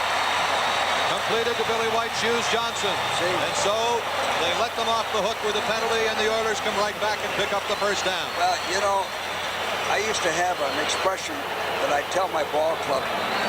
Every play is a big play. That encroachment gave them another shot. 3rd and 11 isn't tough to pick up. 3rd and 16 was. Now they're at midfield. They can run anything, throw anything. Big break. This is the first thing they've done this half. 1st and 10, Houston. Ball at the Oiler 49-yard line. Oiler crowd coming alive. 13-7. The Oilers lead the Bucs. Play action Stabler. Flares it. This is Wilson at midfield. He's a hard runner. He's to the 40 to the 39 of Tampa Bay. And suddenly the Houston Oiler offense has come alive. Another first down. All possible, made possible by that encroachment penalty. Here it is. This was designed to go short. An 11-yard gain and a first down. Blocking out on the linebacker. Good running by Wilson. 1st and 10, Houston. Tampa Bay 39-yard line, a 13-7 game with 3 minutes to go in the 3rd quarter. Renfro is to the right side, the lone wide receiver for the Oilers as we look at Stabler. Again, play action by the Snake. Got lots of time. In the middle, it is complete to Renfro at the 25-yard line. It is another first down. Well, again, all day to throw. Looks the field over. 3-man rush. Watch this protection. Wow. You can't cover people under the present rules when they have that much time to throw. No way. It is recorded as a 15-yard gain for the Houston Oilers, and they are first down and within scoring range at the Tampa Bay 25-yard line. The tight ends remain on both sides. World Series 5th inning. The Phillies lead Kansas City 2-1. Now it is Campbell slamming through it for 20 to the 15, down to the 12. Earl Campbell wrestled down, bulldog down by Cotney, but Campbell came through that hole, Coach, with a full head of steam. That's power football. Just M blockings, man-for-man blocking, lowering the boom. At 34, Cedric Brown came up, tried to cut him down, blocking him low, and Campbell, with such strength in his legs and thighs, was able to withstand that and keep right on going. You got to tackle him. You can't block him unless you're the 2nd man or 3rd man. Campbell now has 20 carries for 96 yards. he's going to break that 100 and more. It is first down and 10 at the Tampa 12-yard line. Good drive by the Oilers. It's the first man, Wilson, to about the 10, maybe the 9-yard line. Dewey Selman, number 58, making the stop with number 54, Richard Wood. Interesting story about Dewey Selman, Coach. Just to sort of inform fans that football players are not just football players. Dewey Selman is closing in on his doctorate in ancient philosophy. Well,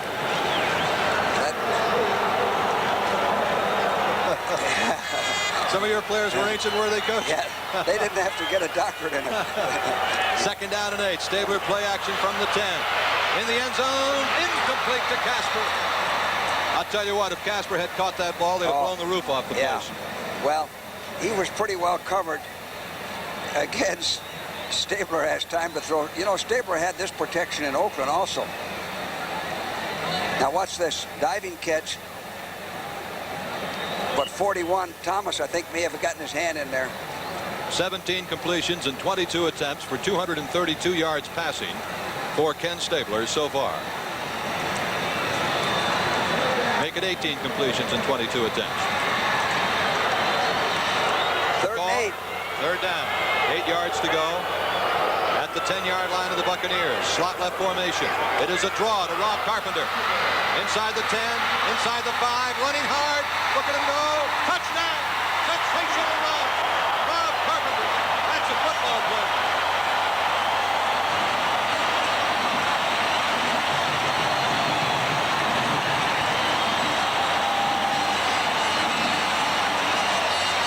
Well, great call and great individual effort. He did this on his own. He smelt that goal line. Nobody was going to stop. Here it is again. Great call by Stabler. Third and 8, they're expecting pass. They penetrated, good rush. Now watch Carpenter. 2, 3, 4, 5, 6, 7 hits. 7 hits. And he's driving forward. What a great run. Rob Carpenter, 10 yards and a touchdown. Tony Fritsch will try to add the extra point. Gifford Nielsen to hold. And there it is. So the teams come back afield now with just 34 seconds to play in the third quarter. An 80-yard drive in 12 plays. Carpenter going in from 10 yards out. It is Houston 20-7 over Tampa Bay. Let's take another look at it for Rob Carpenter. Great call by Stabler. Third and 8, a draw. And from here on in, it's Carpenter on his own. 1, 2, 3, 4, 5, maybe 6. Of course, some blocks in there rather than tackling them. Great call and great effort. The kickoff is to Tony Davis at the 20, 25, 30. And he spills out to about the 33, 34-yard line before the Oilers cover up on it. Now let's go back, Coach, to the encroachment penalty. At the time, it did not seem like a monumental play, but you pointed out that it could be a grievous mistake, and it was. When they're giving you the football, you can't commit a foul. You can't commit a foul when they're giving you the ball. Tampa did. It allowed the drive to continue, and I think that could be a vital touchdown. 20-7, the way this game's going, you're not going to score many points. Really costly penalty. Bell and Eckwood are the running backs for Doug Williams. First down at his 33-yard line. Roll out right. Zips it to Bell. Incomplete. I think he might have put a little bit too much mustard on that one. Well, I think he also felt Brazil coming in the backside. He was aware that somebody was rushing him. Here, I think it's a good call. Play action, 1st and 10. They got to get going. Now watch from the backside. Brazil coming in here. He heard that and tried to get rid of it a little sooner, a little quicker, and as a result threw it hard, too hard, and too low. We have just 22 seconds remaining here in the third quarter. The Oilers have just gone up on Rob Carpenter's 10-yard touchdown run. He has 4 carries, 32 yards in the game. Campbell has 96 yards rushing. Second down and 10 for the Buccaneers. Good protection for Williams over the middle, incomplete to Eckwood. Poorly thrown ball. Well, Brazil dogged again. Houston has a 3-man line, but when you dog a linebacker, it's the same as a 4-man rush. Houston mixes their coverages. Eddie Biles does a good job of mixing the coverages and not giving them the same look all the time. I like the way he deploys his linebackers and change coverages. And that's important against a fairly young quarterback like Doug Williams. All right, it'll be 3rd down and 10 yards to go for the Buccaneers. From the 33-yard line. Tampa Bay in its own 33. The crowd is roaring defense. Williams. Ball tipped at the line of scrimmage. Tipped at the line of scrimmage. He was going for Isaac Higgins on a deep slant, but the ball was tipped at the line of scrimmage. Well, now Tampa's going down. They've lost that momentum that they had early in the 3rd quarter when they didn't score, when they recovered the fumble, and then the offside. The complexity of this game here has changed completely. World Series game, Game 5, tied at 2-2 in the 6th inning. And Blanchard to punt for the Buccaneers. He is punting to Carl Roaches. Little guy, 5'6" or so. Going to let it bounce and is going to let it roll inside the 15 to the 14-yard line, where it is covered up by the Tampa Bay Buccaneers. Tony Davis with just 2 seconds to go in the 3rd quarter.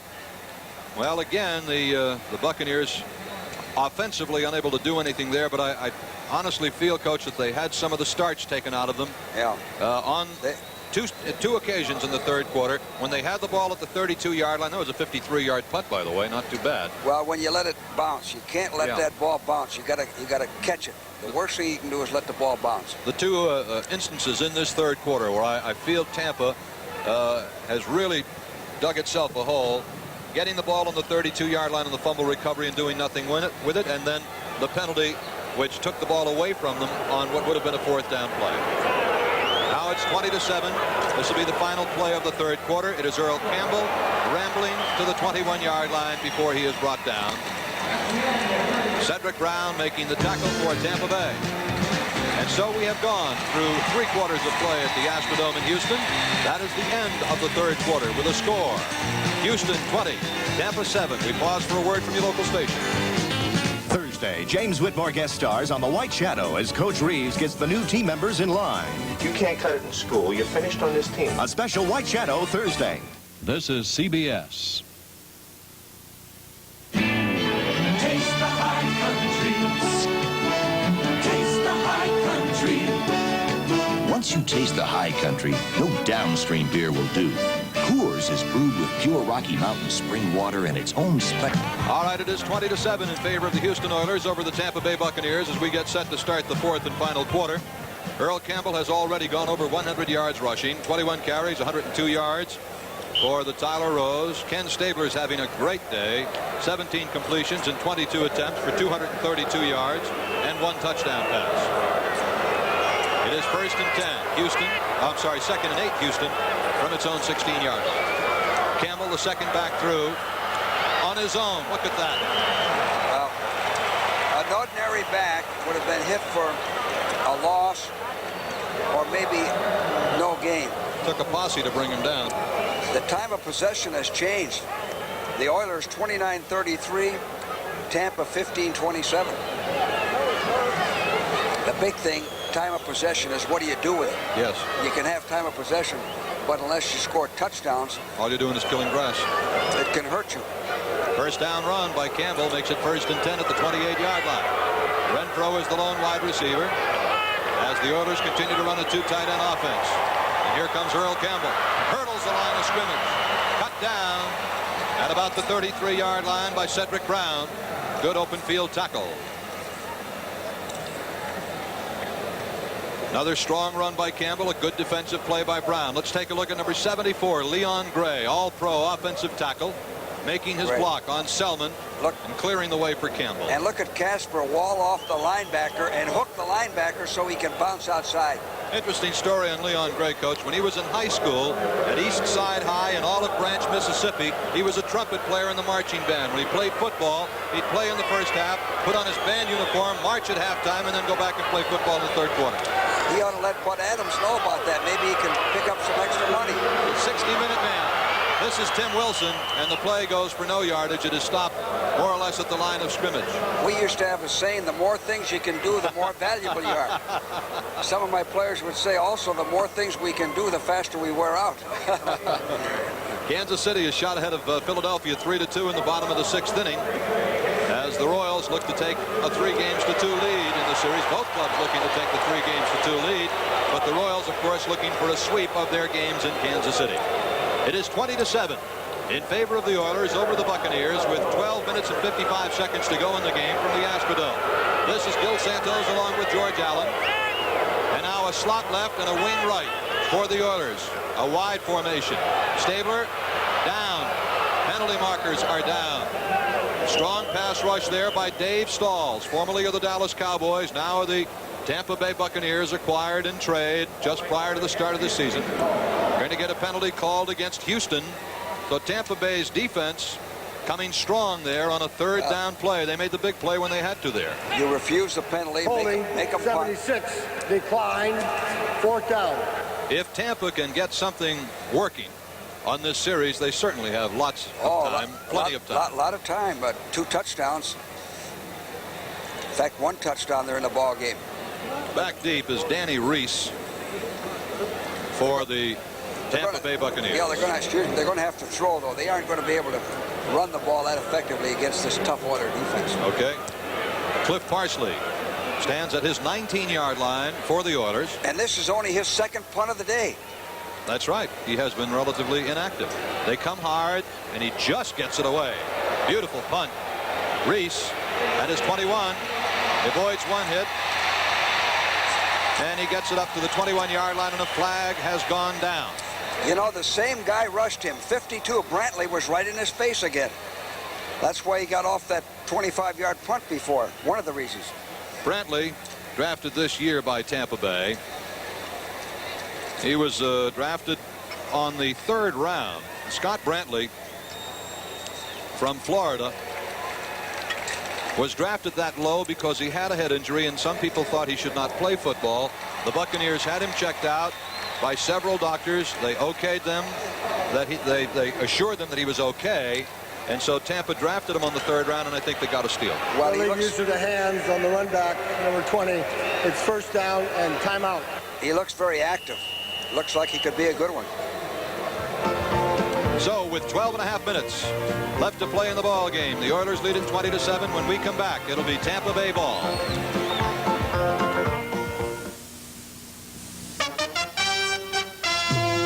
This Bud's for everyone who wraps it, stacks it, and sacks it. This Bud's for you. For all you do, the king of beers is coming through. Yeah, just for you. That distinctively clean, crisp taste that says Budweiser. For all you do. This Bud's for you. I love this house. It was like an orphan when we adopted it. Now it's adopted us. Thank you, Brett. Back at the Astrodome in Houston, it is a 20-7 lead for the Houston Oilers over the Tampa Bay Buccaneers. 12.5 minutes to go in the game. It is Tampa ball at its own 10-yard line.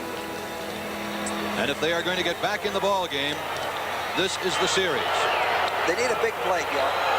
One big play. That's all it takes. Higgins is right, and Gordon Jones is to the left for Doug Williams.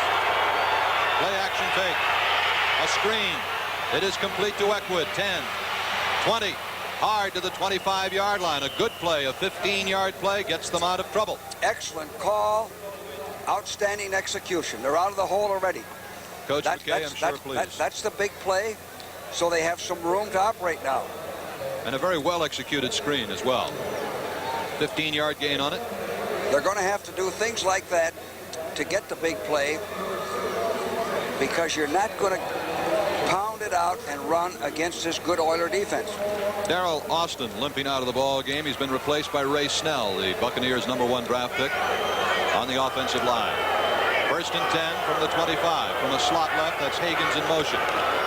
This is Ricky Bell looking for room. And he found room for about 5 yards. That was a good run by Bell. He ran into a lot of traffic before he came down under kept his feet help. moving. Kept his feet churning. Wouldn't go down. Curly Culp in the middle of that defense right now for Houston, along with Jesse Baker. And Mike Stensrud. There's a gain of 5, second down, 5 yards to go. Now they flip-flop as they put Higgins to the left side and Jones to the right. They haven't done this before. Williams on 2nd and 5 at his 30. Marker down. The play will stop. It's going to cost Tampa Bay 5 yards, I believe. They still had 7 seconds on the 30-second clock. Motion. They've done procedure. that. They've done that 3 times today. That's the 3rd time. Of the 2 clubs, Tampa Bay has had far more penalties and costly ones. See, in Houston. I'm sure. Illegal formation, man in ineligible position, still 2nd down. Yeah, that's happened twice. Yes, it has. You see, when you analyze this ball game and you list the mistakes that the Bucs have made, they're beating themselves. They've played well enough to be even or to go ahead. So instead of a 2nd down and 5, they have a 2nd and 10 from the 25-yard line. Doug Williams, quarterback for the Tampa Buccaneers. Almost slipped, dropping back. Looks like another screen. It is. This is Bell. Flag down.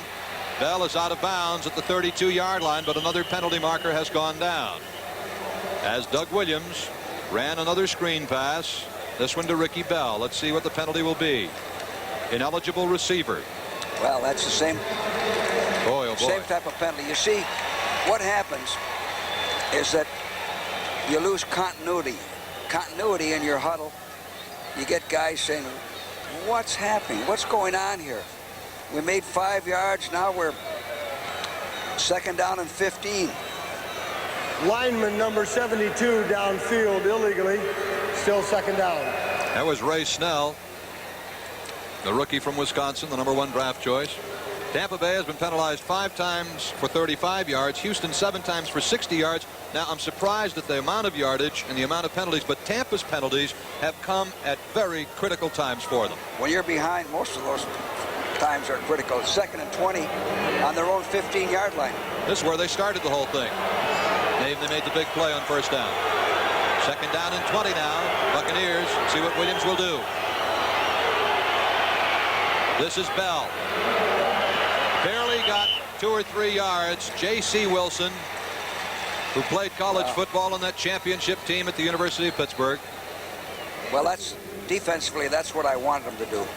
Throw in the flat, throw the shoots, throw the fans, stop the passes downfield, come up and make the tackle, give them a couple of yards. They aren't going to make a first down. They aren't going to beat you with that. Doug Williams voicing his displeasure at what went wrong. That's what I was mentioning before. When you have one mistake after another, you get confusion in the ranks. 3rd down, 19 yards to go from the 16-yard line for the Buccaneers. This could be the make or break play for them. Good protection.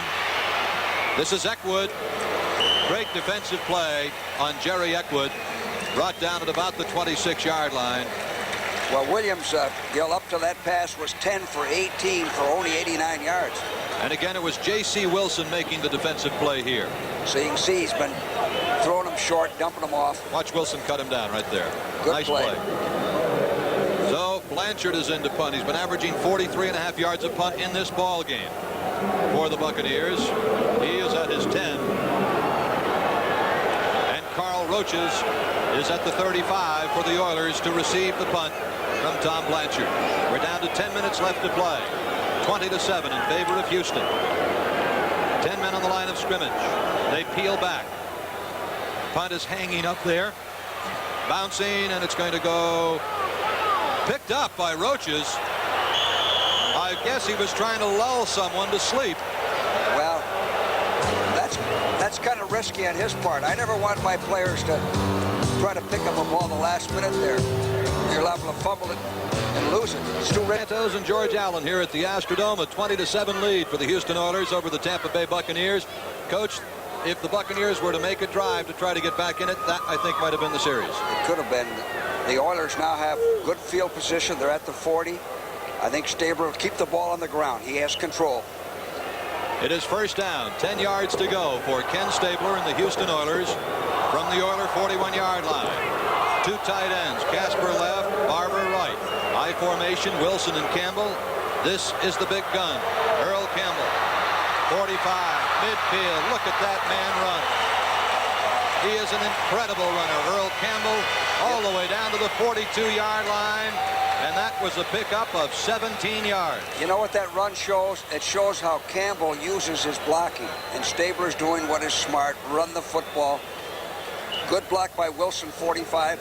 Started in. Now watch him wait for his blocker and then cuts back. Campbell's a one-man offense. You know the way football has progressed, Coach. Of course, you've been around it a long, long time. But a long time ago, a man that size would have been a lineman. Huh? Now he's a running back. First and 10. The ball all the way down to the Tampa 43 as Wilson comes in motion to the near side, and Campbell does not find a hole that time. It is covered well by the middle of the Tampa defense. Dewey Selman on the bottom at the 40-yard line. And also their number 76, Dave Logan. Gain of 3 yards. Now see, there's an example of what I was talking about earlier when I said it doesn't appear as though he gains any yardage, and you look up and he's gained 3 yards. That offensive line, that Oiler offensive line is coming off of the ball, and they're moving him backward. Now Campbell has 26 rushes for 137 yards. He's going out now to take a blow. Rob Carpenter replaces him. Carpenter's had a great game. 2nd and 8 at the 40-yard line of Tampa. This is Rob Carpenter. Again, spinning and twisting. He got a yard to the 39-yard line. Selman was there. Andy Hawkins was there. Gil, something that the fans probably didn't see on that, but when you have two tight ends, both tight ends have to stay with their blocks. That time, Casper stayed with his block, pushed the defender way back, off of the line. Now, if the back wants to reverse his field or sees a hole, picks a hole, he's got anywhere along the line of scrimmage he can run. That's what two tight ends with a blocker like Casper will do for you. This time Barber sets on the right wing, and Coleman is in the left slot as Stabler looks to put it up. He does. It is incomplete to Barber, nearly intercepted by rookie Andy Hawkins, whose brother, Mike Hawkins, plays with New England. Houston Oilers now have 399 yards net offense. That is their high water mark for the season. Well, and again, that much yardage, we mentioned it at halftime, and only 2 touchdowns. You see, that's like getting 16 base hits. Scoring 2 runs. One of these teams today getting 16 base hits and maybe only scoring 3 runs, you know. Coach, your observations to this point in the game on the play of Casper today in his first game after only 3 or 4 days of practice. Excellent. He went out in that last play because it's a passing situation. He doesn't know all the routes, but he's going to be a real addition to this ball club. And again, I'll say the big addition will be his blocking will probably help more than his receiving. Thank you very much, Brent. It is 20-7 in favor of the Oilers here. Coach, Doug Williams has not had many opportunities or has not thrown very often to his favorite receiver, Jimmy Giles, number 88. Has the Houston defense taken Giles out of the play? Well, I mentioned earlier that Houston continues to change their coverages. They have taken him out. I would think right in here, Doug Williams is going to have to throw, and I would still think he'd be looking for Jimmy Giles on a seam pattern. 1st and 10 at his own 20. Flares it to the right. Ricky Bell runs right into the arms of J.C. Wilson again.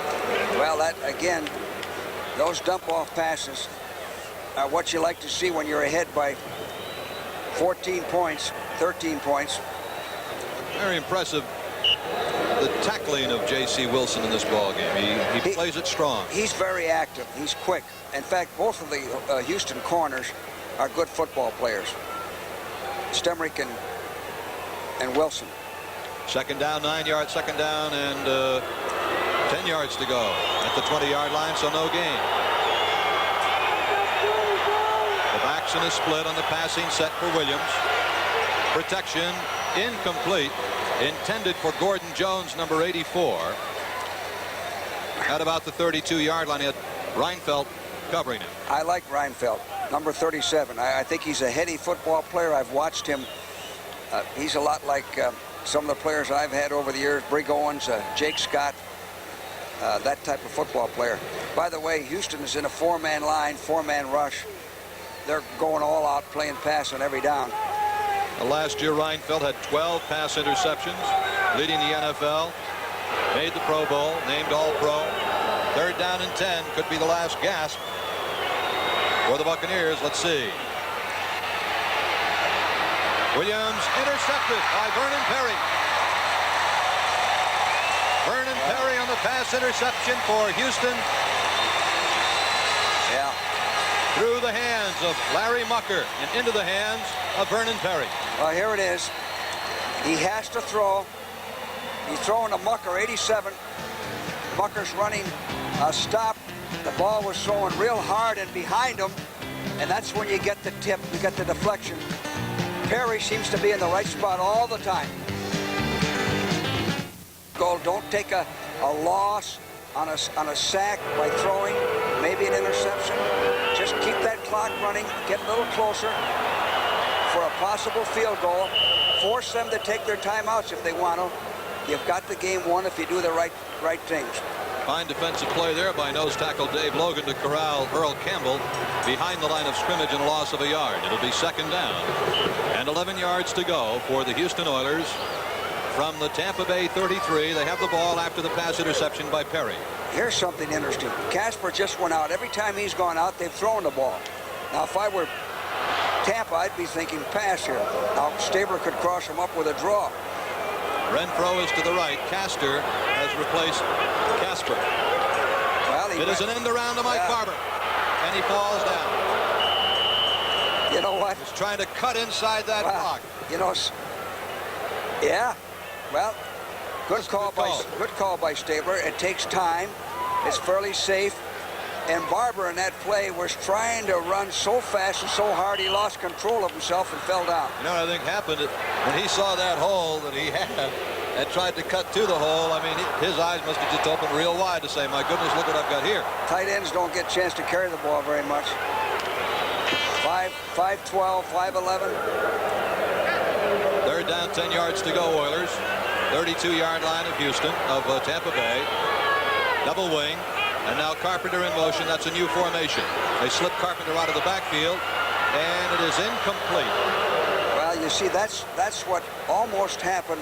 What I predicted. Putting the ball up. Actually, the ball should have been intercepted. Stabler was rushed. Brown slipped as he went to make the interception. Otherwise, he would have had the ball. And the clock stops. You see. Well, the Buccaneers, without question, are looking for a big play. Now, Houston has come out to set up a field goal attempt. The ball is marked at the 32-yard line. The field goal attempt will come from the 39-yard line. This is a 49-yard field goal attempt for Tony Fritsch. Fritsch has not missed a field goal this season. He is 2 for 2 between the 40 and 49-yard lines. He has the leg to kick this. You'd like it a little closer because the farther you get back,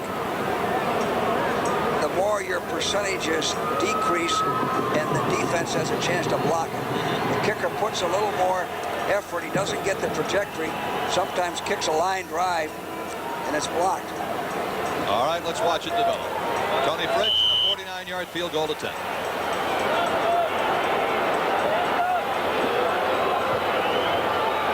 And it is no good. It's short. That is the first one that Tony Fritsch has missed this season. So he came up short on the 49-yard field goal attempt, and the Buccaneers will take over from their own 32 with 4:51 left, and still a 20-7 Houston Oiler lead. The big touchdown in this ball game coming in the 3rd quarter with 34 seconds to go. Rob Carpenter's superb spinning, twisting 10-yard run in which he broke 7 tackles to score a touchdown.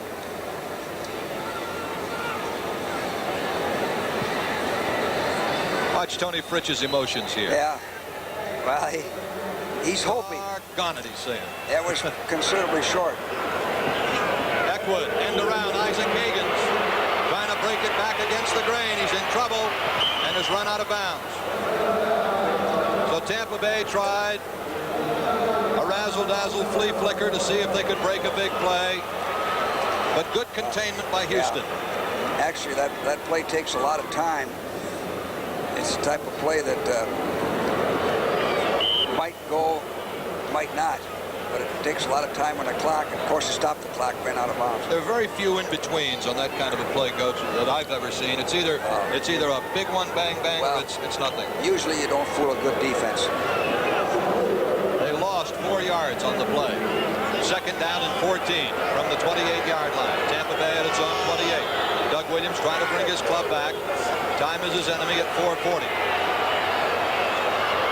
And it's complete to Jimmy Giles. A great catch for a first down, but the ball is stolen away by the Houston Oilers' Greg Bingham. That was a great catch by Giles as he dove across for the first down. Bingham picked up the ball, just took it right out of his arm. Well, here it is. A good throw by Doug Williams. A good catch. He kept his eyes on the football. Bingham just flat stole it. Bingham just stole it. Yep. Perfectly legal. Nothing wrong with that. A big defensive play. Well, you know, we beat the Giants one year. Chris Hamburger stole the ball away from an offensive back, set up the winning touchdown. People think that there's something wrong with that. That's just good defensive football. First down, 10 yards to go, Oilers. At the Tampa Bay 33 on the turnover. Earl Campbell inside. Look at the man go to the 25-yard line. An 8-yard gain for big Earl Campbell. He came into the game with 402 yards rushing. He is well over 100 yards. I think well over 125 yards. We're going to check it for you in a moment. But Campbell is really coming on. Last week, 178 against Kansas City. And this week, running again very, very well. Late in the ball game, the defense is a little bit tired. The game is almost over. You can pick up some extra yardage. Second and 2 from the 25-yard line. It's Campbell again, but he was leaning. He was leaning. Ball bounces loose. It is picked up by the Tampa Bay Buccaneers. Cedric Brown. He could take it all the way if he gets the block. He does get the block. Cedric Brown has gone all the way on a fumble recovery for a touchdown. There are penalty markers down. Penalty markers all over the place. But I believe the penalty will be against Houston because Campbell was leaning just before the ball was snapped. Campbell was in motion. You'll see illegal motion, number 34, offense. Decline. There it is right touchdown. there. Tailback in motion going forward. If he's going backward, it's legal. There he is. All right, let's see where Cedric Brown picked up that fumble. Well, that's lack of concentration. You got the ball game won. Looked like Campbell fumbled before he went down. All right, it is from the 30-yard line, or 25-yard line, a 75-yard touchdown return. Well, Tampa's back in this ball game now. Absolutely. 3 minutes, 37 seconds to go. They get this extra point. This is a big extra point. Garo Yepremian set to try the extra point. And he knocks it through. And so, a rapid change. A rapid change in the complexion of this ball game. Let's take a look at what happened and why it happened. This is why it happened. Earl Campbell is leaning. He's in motion forward, which is illegal. And he knows it too, as he has the ball right here. He knows that. Now it looks like he fumbled before he went down. The ball was kind of kicked around a little bit as well. And Brown actually was the second Buccaneer to pick it up. Heads up play by the Bucs. He went about 75, 77 yards. We'll get the official total on it. But now it's a brand new ball game. 3:37 to go. 20-14 in favor of Houston. And the Buccaneers in position to win it. Now the decision you have to make if you're John McKay, what do? Do you onside kick with 3:37? You have all your timeouts, so do the Oilers. Or do you kick it down there and rely on your defense to stop them, force them to punt to give you a better field position? Well, Houston is anticipating the onside kick. Well, they have only one man deep, and they've got all the people with the good hands up between the 45-yard lines. What would you do in this situation? I'd kick it down there. I'd kick it all the way down. 337, because if you don't get the onside kick here, now they have field position, and you have to go too far to score. You need a touchdown to win this ball game. We have a new ball game now because of a mistake. So a 75-yard fumble return. Yepremian does not onside kick. He hits it straight away to Carl Roaches. Back at the 10. At the 20. Got an alley up the right sideline, but he runs out of room. Shoved out on the near side by Danny Reese. And so it'll be Houston ball down around the 30-yard line or so. An 18-yard return for Roaches. And the Oiler offense comes back out. Well, Houston is leading 20-14. The ball at the 28-yard line of the Oilers. Go ahead, Coach. Now this score is because the Oiler offense had two great possession downs, field position. Neither one of them did they do anything. The last one they fumbled, and the earlier one they didn't make a first down, and Fritz missed a 49-yard field goal. They had chances to put this ball game away. They thought they had won it too early. There's Bum Phillips now with a very concerned look. 3.5 minutes to go in the game. First and 10 at the 28-yard line. It is Stabler to Campbell. He breaks it across the 40, 45 to the 47, 48-yard line. Earl Campbell rips off a 20-yard gain. He now has 165 yards plus rushing. Boy, you talk about coming back to make a big play. That penalty, you can see Campbell's running. He is determined to make up for that fumble, because that could result in his team losing this ball game. Right. He showed determination, a lot of character coming back and running like that. 165 yards and 30 carries for Campbell. First and 10, Houston. It's zone 47. It is Campbell again. You got a big gun, you keep firing it. He gains a yard or two, and now the Buccaneers have called a timeout with 2:43 to play in the game. Well, what happened is, defensively in this situation, the worst thing can happen is to make a first down, and that's what happened. When you kick down with 2 minutes and 43 seconds to play, you got to stop them. You got to rely on your defense to force them to punt. We have 2 minutes and 43 seconds to go. The timeout has been taken by the Tampa Bay Buccaneers. Tonight on CBS starts with a brand new edition of 60 Minutes. Then Archie Bunker's Place, One Day at a Time, Alice and the Jeffersons, with 2 episodes in a 1-hour show. It's all tonight on CBS. Coach, the use of timeouts now in this situation. A ball game that is 1 touchdown away from being won by Tampa Bay, and just ball control away from being won by Houston. The calling of timeouts now very strategic. Yes, I would hope, if I were on defense, if I were Tampa Bay, that I could save 1 timeout for my offense. I always tried to do that. I hate the offense to come on the field with no timeouts. Coach McKay, they're talking with Bill Nelson. By the way, while we have a chance, Gil, we'd like to extend our warm regards and best wishes to Harold McClinton and his wife Agnes back there in Washington, D.C., and to the fans who have been so great in donating blood to Harold. He was injured in an automobile accident, had his leg amputated. Harold's a great person, a lot of character, and I know he's going to rally, and I'm looking forward to seeing him the next time I'm in Washington. All right, second down and 9 for Houston from its 48-yard line. The toss to Campbell. 50, 45, carrying people to the 44. And also, we'd like to send our best wishes along to Steve Little. Yes, another very unfortunate thing, and I think the Cardinals played that way today. Not to take anything away from the Redskins, but that it had to have an effect on all of his teammates. By the way, Campbell had, up until this last play, 31 rushes for 168 yards. Now, Tampa Bay has just called another timeout, stopping the clock with 2:32 to play. Down and 2. At the Tampa 45, it is Campbell. First down, he could take it all the way. 30, 25, 17-yard line. Wow.